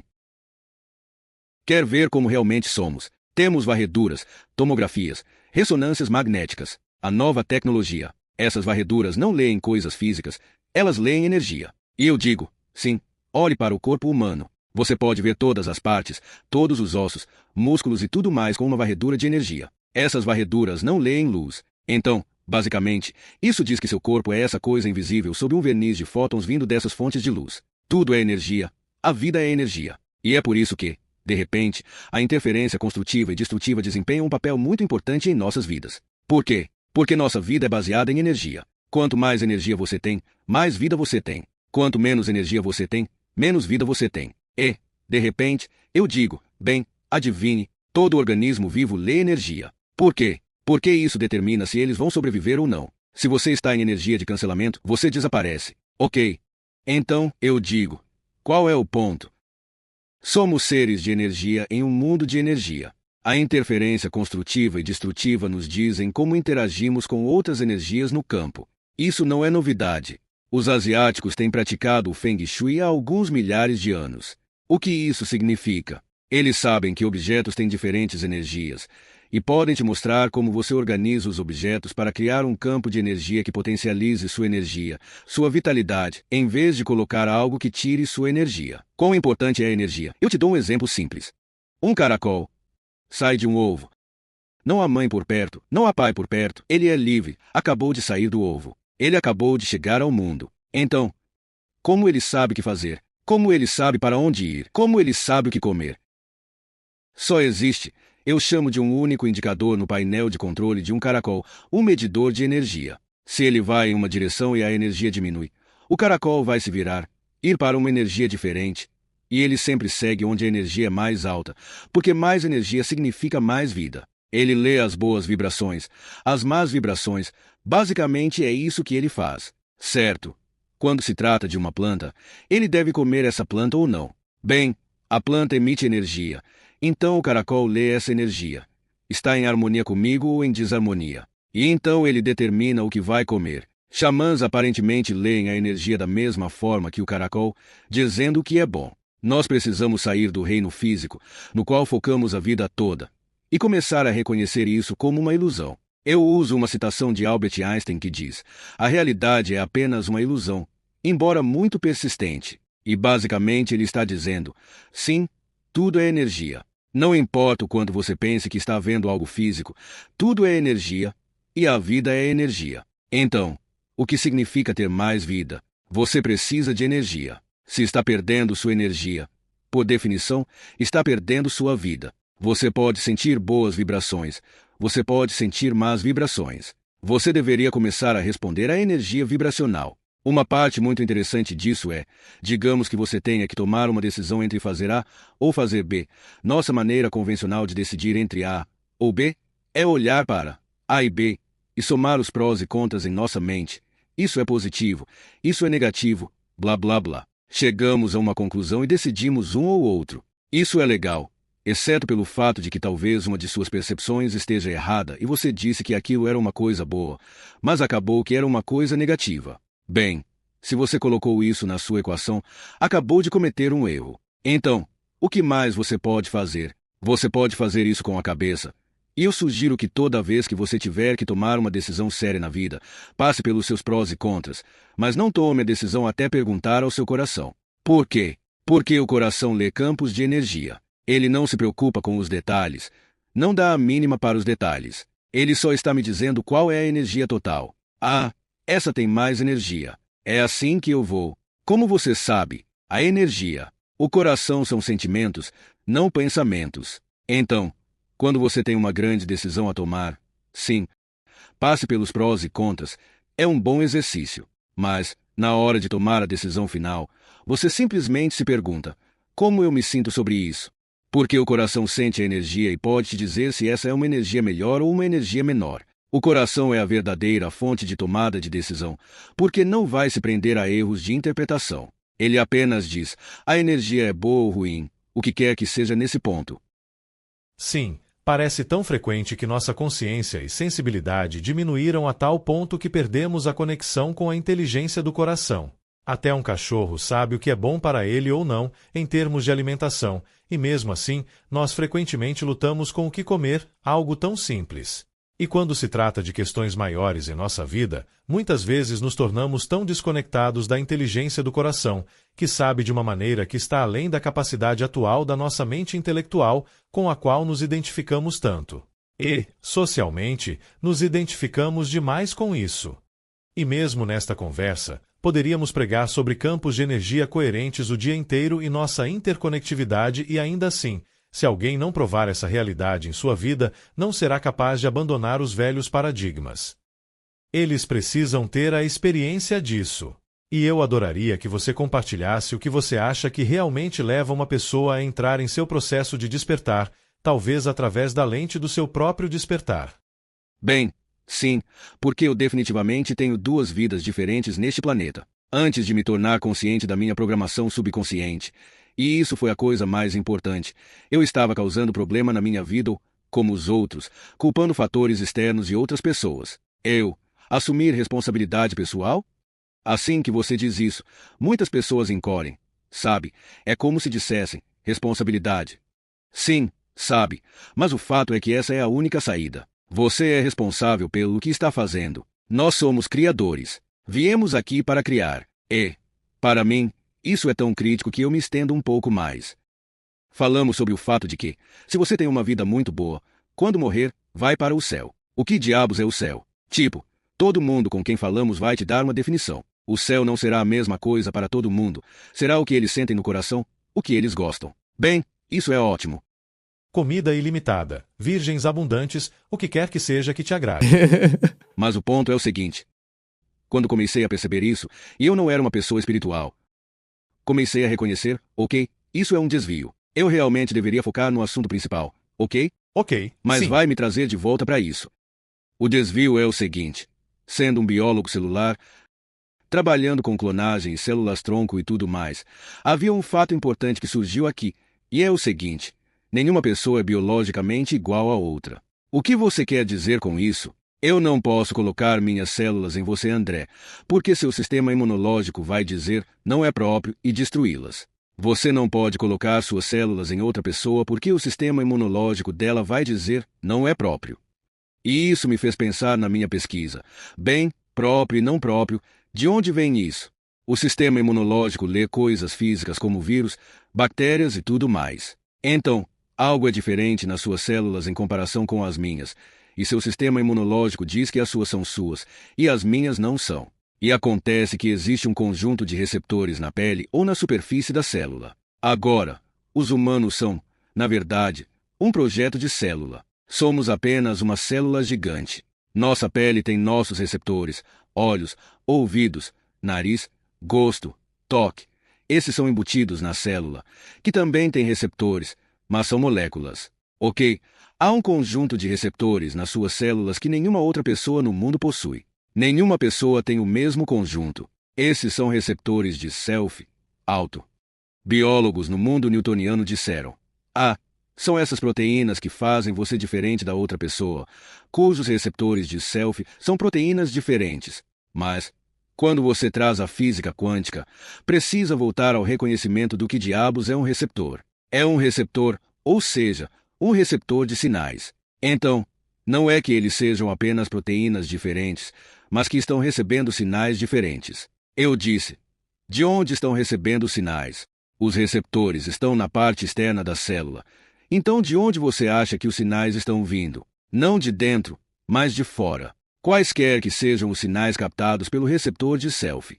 Eu digo: nenhuma pessoa tem o mesmo conjunto. Isso significa que há algo no campo de energia que eu estou recebendo e você não está. Você recebe os seus, eu recebo os meus. Nenhuma pessoa compartilha o mesmo conjunto de receptores de self.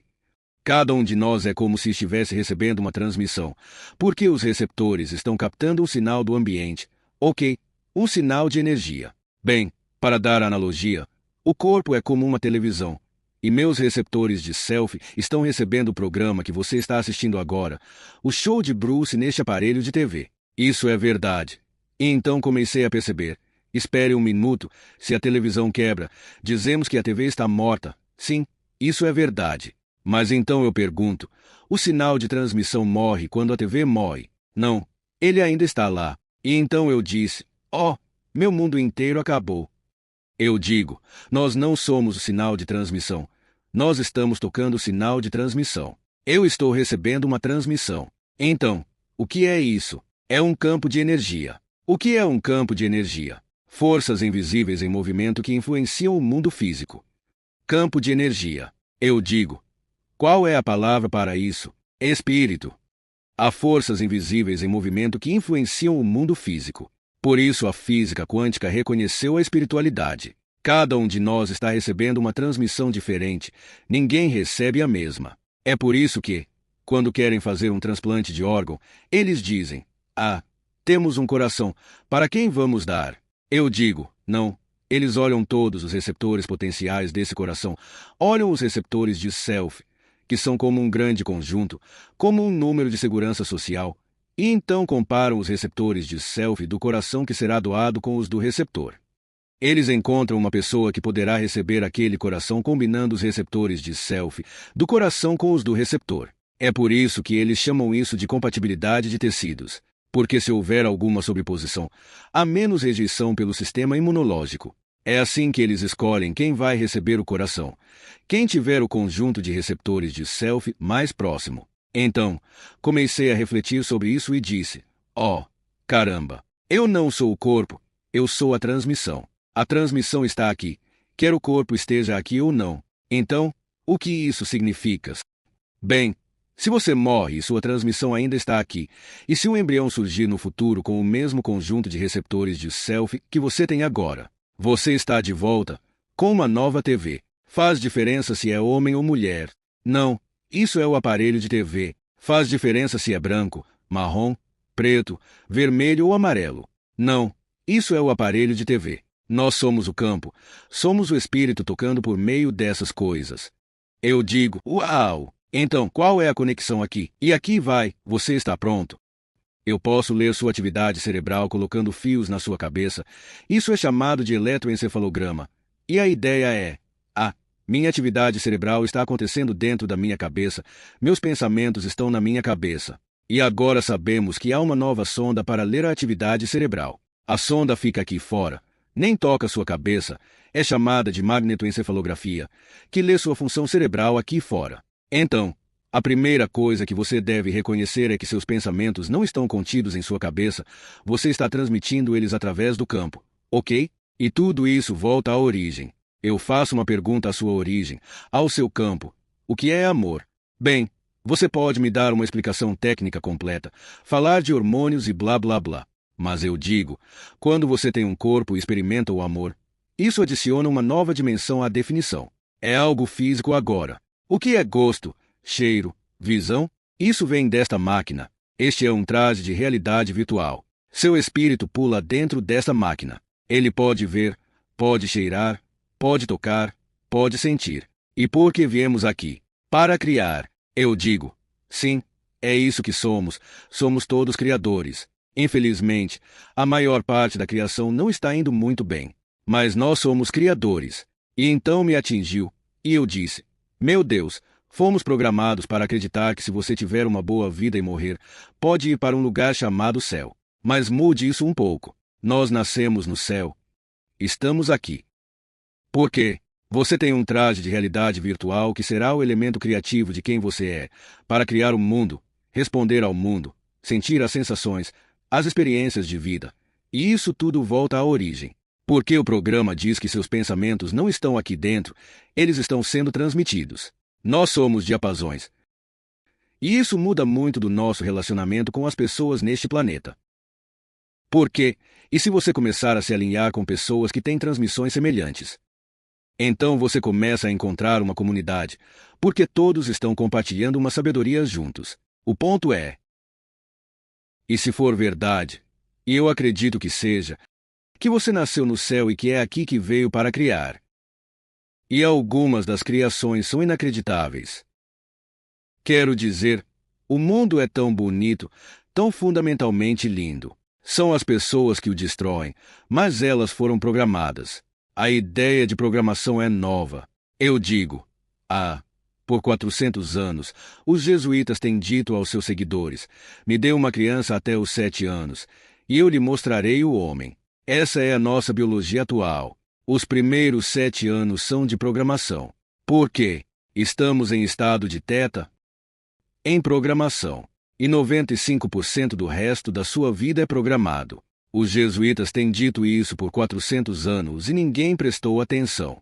É o seu programa que determina o resto da sua vida, bem aqui. Então, eles assumiram o controle do programa. E depois tivemos a escola católica, e então coisas assim. Agora, sobre a programação.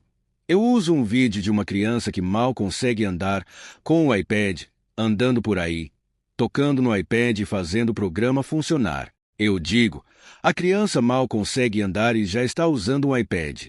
Isso é uma programação mais recente que os jesuítas nem imaginavam.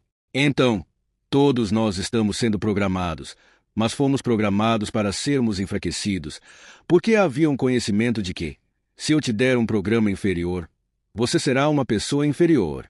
E a ideia era assustar as pessoas e depois vender para elas a sua crença. Recentemente, estive falando sobre o que chamo de credo dos ambiciosos por poder. Ambiciosos por poder são aqueles que buscam poder.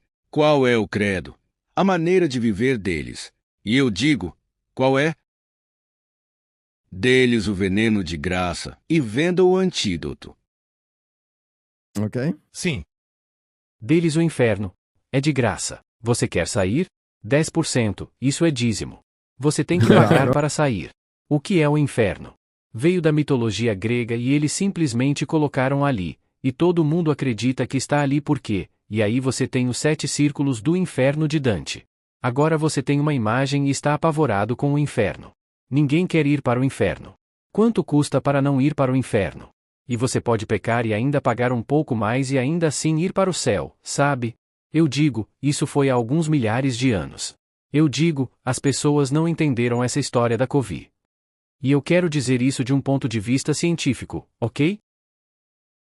O Covid não era tão tóxico assim. Mas milhares de pessoas morreram. Elas morreram porque não estavam saudáveis. É a história de um lobo. Queríamos matar os lobos porque eles estavam matando o gado dos fazendeiros. Olha, os lobos têm feito isso por milênios. Então, o que eles fazem? Eles reduzem o rebanho eliminando os mais fracos.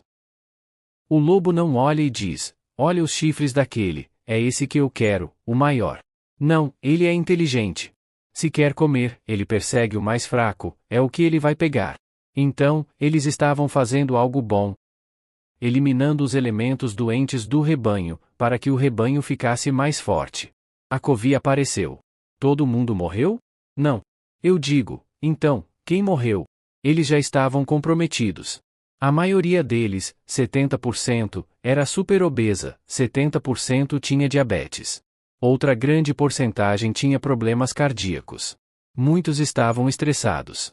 As pessoas que não estavam estressadas, quando começaram a fazer os testes, muitas delas disseram, testei positivo, nem sabia que tinha Covid. Sim, 40% das pessoas nem sabiam que tinham Covid porque estavam saudáveis. A profissão médica nos deu a opção e disse, se você quiser evitar a doença, fique saudável. Não. O que eles fizeram? Eles venderam a vacina de graça. É por isso que eu sempre gosto de dizer, tome a vacina de graça. A Pfizer te deu essa vacina? Que surpresa! Claro que não, você pagou bilhões de dólares por isso. E, você sabe, eles queriam que todo mundo tomasse. O que as pessoas não perceberam, e por que estou trazendo isso agora, é o seguinte: primeiro, o vírus Covid é o lobo. Ele não pegou as pessoas saudáveis, pegou as pessoas doentes. Isso apenas refere-se ao fato de que a civilização humana não está vivendo em saúde e harmonia neste momento. Quero dizer, tantas pessoas estão estressadas, doentes e coisas desse tipo, e foi para aí que o vírus foi, o que as pessoas não viram, e isso foi a coisa mais importante, foi o fato de que as pessoas só têm poder em comunidade. Se eu quero paz, se eu sair na rua e disser, vamos ter paz, ninguém dá a mínima para o que eu digo. Mas se eu tiver 100.000 pessoas na rua dizendo queremos paz, temos alguma ação acontecendo. A história da Covid.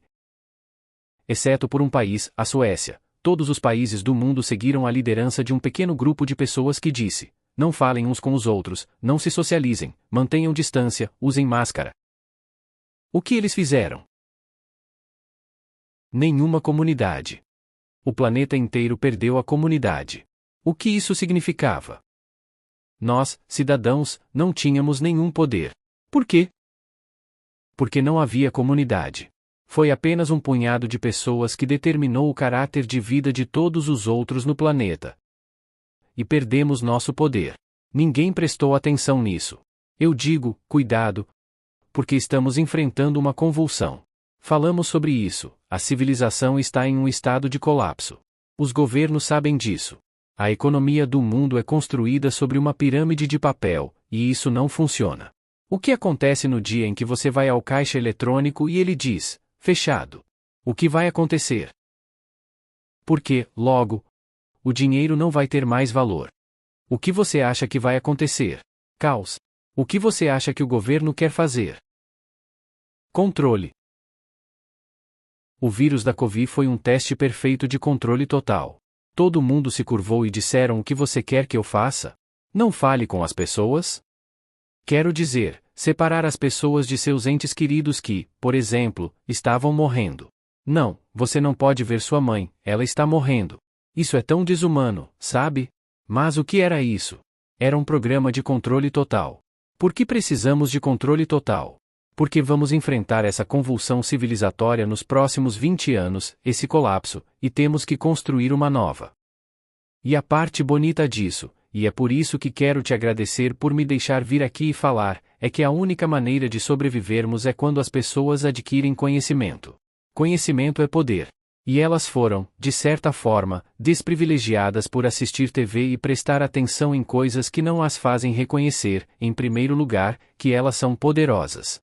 Mas ninguém pensa que é poderoso, todos pensam que são vítimas do mundo. É como: você é um criador. Como isso aconteceu? Você comprou a história. E esse é o chamado de despertar que estamos enfrentando. O que você vai fazer? Comece a criar novas comunidades. A evolução é baseada em comunidade, não em competição. Quanto mais harmonia criamos, melhor o jardim se torna. Esse é o nosso destino agora. E ainda assim estamos vendo todo mundo tentando, sabe, quebrar isso e nos desempoderar. E eu digo, bem, se você acordar, pode ter seu poder de volta. Microfone no chão. Sim, eu quero dizer, há muito nesse contexto do que aconteceu nos últimos anos, que é uma continuação de coisas que têm acontecido há décadas e, na verdade, séculos, e que foram uma abominação. Mas você compartilha um lembrete importante sobre, primeiro, sua própria jornada de despertar, sobre os receptores de self, os receptores das células, e como somos a transmissão que está acontecendo dentro do aparelho de TV. E, você sabe, acho que há uma ponte difícil para muitas pessoas entre ciência e espiritualidade, materialismo e espírito. E, acho que, na medida do possível, e por isso eu amo o seu trabalho, e de outros que realmente focam nisso, para poder construir essa ponte e mostrar como eles são a mesma coisa. Porque precisamos falar a linguagem de uma forma que as pessoas possam entender, e não apenas de maneiras espirituais que soam bem, mas que não são fundamentadas de uma maneira que faça sentido logicamente. Então, sim, cara, eu só tenho muita gratidão por você e amor por você por compartilhar de si da forma como tem feito ao longo das últimas décadas e agora aqui, no podcast. O 100º podcast, não apenas no podcast, mas no podcast número 100. Eu queria dizer novamente o quanto eu aprecio isso, porque o único despertar está vindo de fora da corrente principal. A corrente principal mantém você sob controle, enquanto as coisas começam a ficar cada vez mais loucas. E a única saída é o conhecimento. Conhecimento é poder. E, sabe, quero te agradecer pelo seu trabalho, porque, para mim, veja, você está recebendo o apoio de muitas pessoas. Por quê? Porque suas palavras têm tanto valor na luta pelo poder que elas estão enfrentando agora. Você é uma pessoa evolutiva no sentido de, vamos fazer essa evolução. E você está oferecendo o quê? Não brinquedos, você está oferecendo informação. Informação é poder. E é apenas um lembrete tão poderoso como você deu, de que estamos vivendo no paraíso e, muitas vezes, transformando-o em um inferno. E perceber isso, experimentar isso, ampliar sua consciência sobre como esta vida é tão bela, e como. E eu me pergunto com frequência também, como posso continuar me posicionando de uma forma em que eu não perca a beleza da vida que está ao meu redor, a conexão, a vida, os objetos e minha capacidade de interagir com tudo isso. E, sabe, essa conversa, eu acho, é tão capacitadora para as pessoas perceberem a beleza que está ao redor delas e viverem em harmonia com isso, e perceberem que podem viver nessa lua de mel, viver nessa energia de amor, e ter a vida não apenas na busca contínua por tentar conquistar coisas, mas como uma expressão de amor, uma expressão de alegria. E sinto que quando fazemos isso, continuamos a atrair coisas que estão mais alinhadas e destinadas para nós. E você atrai essas pessoas. Sim. Porque as pessoas procuram por isso. Elas querem saber, por que você é tão feliz? Por que você é tão saudável, quando tudo ao redor está desmoronando assim? E então você tem algo a oferecer. E é isso que precisamos, porque o planeta está tão à procura de algo positivo em um mundo onde, se você assistir à TV, eu não leio as notícias. Sabe, eu não faço isso. Por quê? Porque isso tira o seu poder. Há um problema mundial e você não pode fazer nada sobre isso. Vamos ler sobre ele. Por que diabos eu preciso saber disso, sabe? Exceto para começar a encontrar a comunidade. Procurar comunidade é procurar evolução e procurar saúde. Saúde é comunidade. Sabe, é como harmonia em suas 50 trilhões de células, do governo aqui em cima, é saúde. Desarmonia é doença. É um simples fator de justiça, assim. E queremos, sabe, abrir mão do nosso poder. Sim, compre este remédio que vai resolver. Eu digo, adoro isso porque ninguém fala sobre isso. É como, se há um remédio e ele funciona, como ele funciona? E a resposta é, tem que haver um receptor nas células, uma proteína que reconheça o sinal do remédio e depois o ative. Bem, então, a primeira coisa é, Deus colocou receptores lá esperando que a empresa farmacêutica fizesse algo para ativar o receptor? Não. Você já mencionou isso antes. Nós fazemos nossa própria química, fazemos nossos próprios remédios. Em vez de dizer, conserte sua farmácia na cabeça, eles dizem, tome a farmácia de fora. Isso não funciona bem, porque não entende o controle sutil que acontece entre as 50 trilhões de células. As células liberam química onde é necessário, na hora que é necessário. Os remédios jogam química no sistema, e todo o corpo recebe o remédio ao mesmo tempo. E o problema é que, se você olhar para gráficos metabólicos, geralmente são linhas retas. Esta proteína faz isso, esta proteína faz aquilo, como uma linha de montagem de proteínas. Mas, se você olhar para a forma como as proteínas interagem, elas não são lineares. Se você olhar para um mapa de proteínas, elas estão todas cruzando como uma teia. E então você diz, bem, eu quero afetar aquela proteína com um remédio.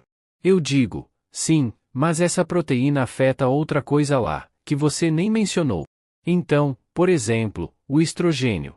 Isso é nas mulheres. Sim, mas os homens têm estrogênio.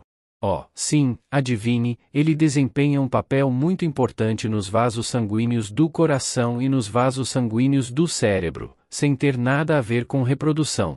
Ok, uma mulher chega à idade em que a menstruação termina e eles dão a ela suplementos hormonais. Eu pergunto, qual era o objetivo? Era cuidar daquela proteína que não estava funcionando direito, da química emocional. Então, eles dão estrogênio. Sim, mas adivinhe. Com a teia de conexões, o estrogênio também afetou o coração e o cérebro. E adivinhe, o suplemento de estrogênio levou a derrames e ataques cardíacos. Foi um, efeito colateral. Eu adoro a palavra efeito colateral. Não existem efeitos colaterais. São todos efeitos diretos que não foram considerados. Eles queriam que o estrogênio funcionasse aqui, mas não queriam que funcionasse lá. Mas essa não era uma escolha. Eles apenas colocaram o estrogênio, e ele foi para ambos os lugares ao mesmo tempo. Efeitos colaterais são a consequência dos remédios. E todo mundo pensa, o remédio deve fazer apenas essa coisa. Eu digo, não. O corpo é tão integrado e interligado de uma maneira que ele tem a inteligência de colocar o estrogênio onde ele quer. Então, uma mulher, quando estava liberando estrogênio no trato reprodutivo, só liberava ali para o trato reprodutivo. Não jogava estrogênio no coração, o que afetaria outra coisa. E, de repente, eu digo, um pouco de conhecimento é uma coisa perigosa. Tão perigoso que 300 mil pessoas morrem de tomar esses chamados remédios prescritos. Não é uma boa ideia. Sim, eu passei muito tempo realmente focando também na abominação desses problemas e como isso é horrível também, e a percepção e a mudança vêm, como você teve, quando você quer dedicar sua vida ao trabalho que realmente capacita as pessoas a recuperar esse poder, em vez de apenas apontar para isso, em vez de apenas apontar os problemas, certo? Porque isso também pode ser uma ladeira escorregadia. É importante ter consciência dos mecanismos que estão acontecendo, mas então perceber o que você realmente pode fazer é recuperar essa responsabilidade, como você estava falando antes. Bem, é isso. A ideia é que são nossas vidas, e não há uma pessoa unificada. Eu adoro isso, tipo, sabe, o nível dos medicamentos para reduzir o colesterol. Ok, qual é o número certo para o colesterol? Bem, eles examinaram cerca de 100 mil pessoas, mediram o nível de colesterol de 100 mil pessoas, e então o que fizeram? Eles chegaram à linha média e disseram, este seria o nível médio de colesterol. Não existe uma pessoa média. O que você deduziu disso? Uma pessoa com colesterol baixo, ótimo, é assim que elas funcionam. Uma pessoa com colesterol alto, era assim que o sistema delas funcionava. Mas você quer que todos atinjam esse número? E a insidiosidade da indústria farmacêutica é que, a princípio, havia uma faixa mais ampla, onde você não precisava usar o medicamento para colesterol. Depois, começaram a estreitar essa faixa, de modo que agora quase todo mundo é como, se você ler esse número, todo mundo deveria estar tomando um remédio para colesterol. Cada vez que eles mudavam o número, traziam 1 milhão de novas pessoas para comprar o medicamento. Eles sabiam o que estavam fazendo, estavam vendendo o remédio. E, no começo, disseram, ok, atendemos essas pessoas. Mas se reduzirmos o número, podemos atender mais pessoas. E toda vez que abaixavam o nível do que deveria ser o nível normal de colesterol, milhares e milhares de pessoas a mais estavam agora tomando esse remédio. Por quê? Porque eles escolheram um número como sendo o médio. Não existe uma pessoa média que esse número sirva para todo mundo no planeta, é diferente para cada pessoa. E, mesmo assim, vamos torná-lo uniforme? É contra a realidade. Não funciona. Não existe um padrão uniforme. Bruce, muito obrigado por participar do programa hoje. Você tem alguma última palavra de sabedoria que gostaria de compartilhar como um presente de despedida para nossa audiência? Sabe, este é o podcast Conhece-te a Ti Mesmo, e como eu disse, muito do seu trabalho realmente nos ajuda a entender quem somos e o poder que temos como criadores conscientes neste planeta. Alguma última palavra de sabedoria antes de nos despedirmos? Bem, basicamente, o que estamos entendendo é o seguinte. E se fosse realmente verdade que viemos aqui e este é o paraíso? E eu vou perguntar, sua vida é um paraíso? E você pode dizer, bem, sabe, chegou bem perto quando me apaixonei. E eu digo, adivinhe, a ciência reconhece que quando você se apaixona, você para de seguir o programa e agora se torna o criador. E a lua de mel continua até que você comece a pensar novamente. E, de repente, os programas surgem, aqueles que seu parceiro nunca viu, porque durante a lua de mel você nunca jogou esses programas negativos. E então o relacionamento começa a ficar um pouco turbulento nesse ponto e para de funcionar. 50% dos casamentos fracassam. Por quê? Não por causa da pessoa real por trás do programa, mas por causa do programa que eles estão rodando, o que causa a separação entre as pessoas. Se as pessoas soubessem que foram programadas, elas também teriam a realidade de que podem mudar esse programa. E a resposta é, já falamos sobre isso. Bem, qual seria a consequência? Eu digo, bem, então você poderia ter a experiência mais maravilhosa no paraíso, você poderia criar a vida mais maravilhosa, bonita e amorosa que você poderia imaginar. A idade não é relevante. Vou fazer 80 anos daqui a alguns meses, e é como? Eu não vou por aí, pessoal. Não tenho tempo, estou aproveitando tanto a vida. Minhas lágrimas continuam crescendo o tempo todo por causa da alegria de estar vivo. Você pode dizer isso? Pode uma pessoa acordar e dizer, eu amo tanto a minha vida, todo dia eu a amo, eu acordo e estou tão feliz por estar aqui e brincar. Quantas pessoas podem fazer isso? Não tantas. Eu pergunto, por quê? Por causa da programação. Elas compraram a ideia de que seus fracassos fazem parte da vida delas e que essa é a maneira como a vida é. Isso não é a vida. Você é o Criador. Você é o Criador. Você aceitará isso? Eu me lembro muito cedo, conversando com alguns cristãos fundamentalistas que ficaram tão bravos comigo. O que você quer dizer com você é o Criador? Deus cria, você apenas aceita o que Deus diz e não coloca sua mente nisso de forma alguma. Ok, aí está o problema, sua mente está criando isso. Você é o Criador, pessoal. Por que não podemos todos fazer isso? Por que não podemos todos ter isso? Nós podemos. Por que todos não podem estar apaixonados? Porque, se estivessem, todos estariam vivendo o paraíso na Terra. Onde o amor está desaparecendo? Onde está o programa? E a ideia é, por isso eu quero te agradecer por me deixar vir aqui, porque se as pessoas entenderem essa nova ciência, é uma ciência da criação, é uma ciência da sua criatividade. Você é quem tem a escolha. E as pessoas estão saindo dessa programação presa. Este é o despertar que estamos começando a ver agora. Como mencionei, seu trabalho e o de muitos dos meus colegas que eu frequento vem desse lugar, ajudando as pessoas a saírem dessa situação de vítima e a movê-las. Elas precisam tomar um remédio? Não. Você não precisa de um remédio. Você tem todos os remédios na sua cabeça agora.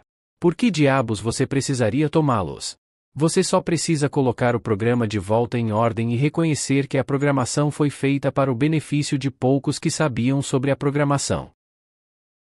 E, infelizmente, esse é um pequeno número de pessoas, e o resto de nós somos apenas vítimas disso. Bem, eu definitivamente posso ver que você vive sua vida como uma expressão de amor. E, sabe, eu estava caminhando esta manhã um pouco na natureza e me sinto apaixonado. Eu sei que estou apaixonado, só que não por uma pessoa em particular, mas é apenas uma expressão da minha vida. Deixe-me falar sobre isso por um segundo, porque geralmente quando falamos sobre isso, sempre estamos falando, amor com outra pessoa. Não, isso infelizmente é um entendimento errado. Amor é quando você está tão animado por estar fazendo algo que mantém sua mente consciente no momento presente. Você não está pensando. Pensar é quando você desiste e deixa o programa rodar. Você pode ser um jardineiro e colocar a mão na terra. Isso é amor. Você pode ser um chefe e preparar uma refeição maravilhosa.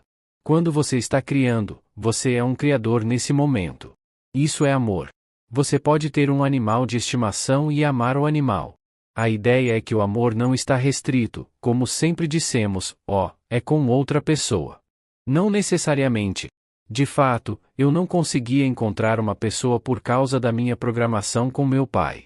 Mas quando comecei eu nunca esqueço, eu estava sempre procurando alguém, sabe? Eu preciso de uma parceira. Essa foi uma palavra ruim, eu preciso de uma parceira. E eu estava morando no Caribe, ensinando em uma escola de medicina, e eu tinha uma vila com piscina, e a costa com praia, e era como o paraíso. Tudo perfeito, ganhando mais dinheiro do que eu ganhava nos Estados Unidos, mas eu ainda estava procurando, eu precisava de alguém, e me lembro de uma mulher que chegou em um iate, ela estava com as pessoas no iate e eu almocei com ela. Eu pensei, vou usar essa frase nela, essa é a frase de conquista perfeita. Então, eu disse, se você não estiver fazendo nada, quer vir morar na minha vila aqui no Caribe. Tentei ser esperto e ela olhou para mim e disse, eu não posso ficar com você. E foi um momento de choque, e então ela disse, você é muito carente. E, claro, isso me atingiu como um soco, mas também me fez perceber algo, e eu disse, obrigado, muito obrigado. Saí daquele almoço e olhei para a minha vida e pensei, você está saudável, tem o melhor emprego do mundo, está vivendo no lugar mais bonito, tem dinheiro no bolso e não pode ser feliz com isso. Essa foi minha pergunta. E eu disse, bem, não vou procurar mais ninguém. Por quê? Porque, a menos que eu aprenda a ser feliz com o que eu tenho, porque estou pedindo a alguém para me fazer feliz. Isso seria codependência, tipo eu preciso de você, porque eu preciso que você me faça feliz. Não, eu vou ser feliz e, então, vou encontrar alguém que também já seja feliz. E a razão pela qual isso se tornou importante é, o que você realmente precisa e quer. E a ideia é, se você não está feliz, é outra pessoa que vai te fazer feliz? Não. Sua vida, tudo o que você faz em sua vida, se te traz alegria e felicidade, essa outra pessoa será um complemento, mas não uma necessidade. E isso é algo que precisamos despertar. Se você não é uma pessoa feliz, primeiro tem que se fazer feliz. Se você quer um relacionamento, como eu disse, 80 a 90% das pessoas não vão testar positivo para "eu me amo", porque foram tão criticadas pelos pais quando eram crianças. A razão simples é essa: um jogador em um time de esportes não está indo bem, o treinador chega e não diz: "Ó, você pode fazer melhor". Não, o jogador não está indo bem, o treinador diz: "Isso não é bom o suficiente, você não merece estar no time, quem você pensa que é?". Mas o jogador é velho o suficiente para, com consciência, dizer: "Ah, meu desempenho não está bom, eu devo melhorar". Mas quando um pai age como treinador e a criança tem menos de 7 anos, a mente consciente não está funcionando, está apenas recebendo informações. Isso não é bom o suficiente, você não é amável, quem você pensa que é? Você não merece isso. Os pais estavam fazendo isso como treinadores, na esperança de que a criança absorvesse e melhorasse.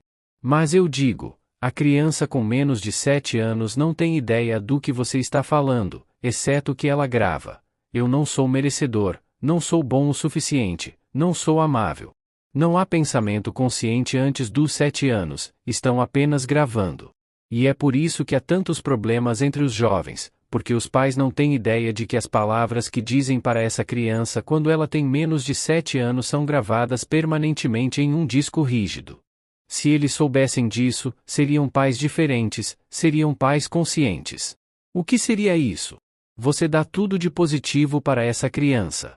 Você é o mais inteligente, você é o mais maravilhoso, você é o mais merecedor. E você faz isso por quê? Porque isso se torna um programa. O que isso significa? Bem, então a vida deles não começa de baixo tentando subir, eles já estão lá. E isso é o que precisamos para a próxima geração.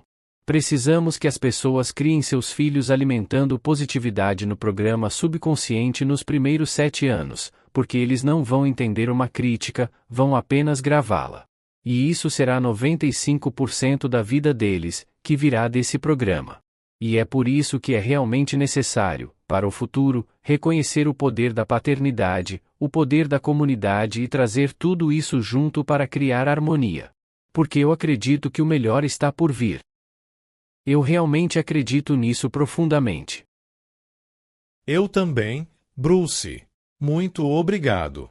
A conscientização dessa possibilidade e a decisão de torná-la realidade, onde podemos viver uma vida de amor, é um lembrete realmente poderoso para a nossa audiência. E as coisas que você compartilhou sobre como temos o potencial de realizar auto-hipnose, repetição de novos hábitos, psicologia energética, coisas que podem nos ajudar a nos reprogramar e realmente fazer disso uma realidade vivida, são uma mensagem poderosa para todos que estão ouvindo. Então, obrigado. Alguma última palavra?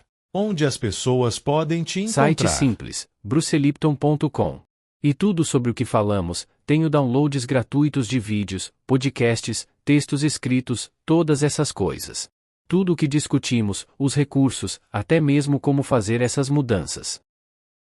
Incrível, Bruce. Muito obrigado. Quero agradecer muito a nossa audiência, porque nossa audiência é composta por pessoas que estão buscando o que podemos fazer neste mundo que está tão louco. E a resposta é: você pode recuperar seu poder. É uma ótima nota para terminar. Todos que estão sintonizados, obrigado por participar desta jornada. Me sinto tão grato e abençoado por poder sentar com indivíduos incríveis e belos como Bruce aqui, toda semana. E significa muito que vocês venham nesta jornada e que possamos crescer e aprender mais sobre nós mesmos e a verdadeira natureza de quem somos, juntos, toda semana. Então, obrigado. Nos digam como este episódio em particular os impactou de forma única. E até a próxima. Fiquem bem. Se você gostou desse vídeo, deixe o seu like. Se inscreva em nosso canal para seguir acompanhando conteúdos como esse. Não esqueça de clicar no sininho para ser avisado cada vez que postarmos um novo vídeo. Sucesso fora da curva!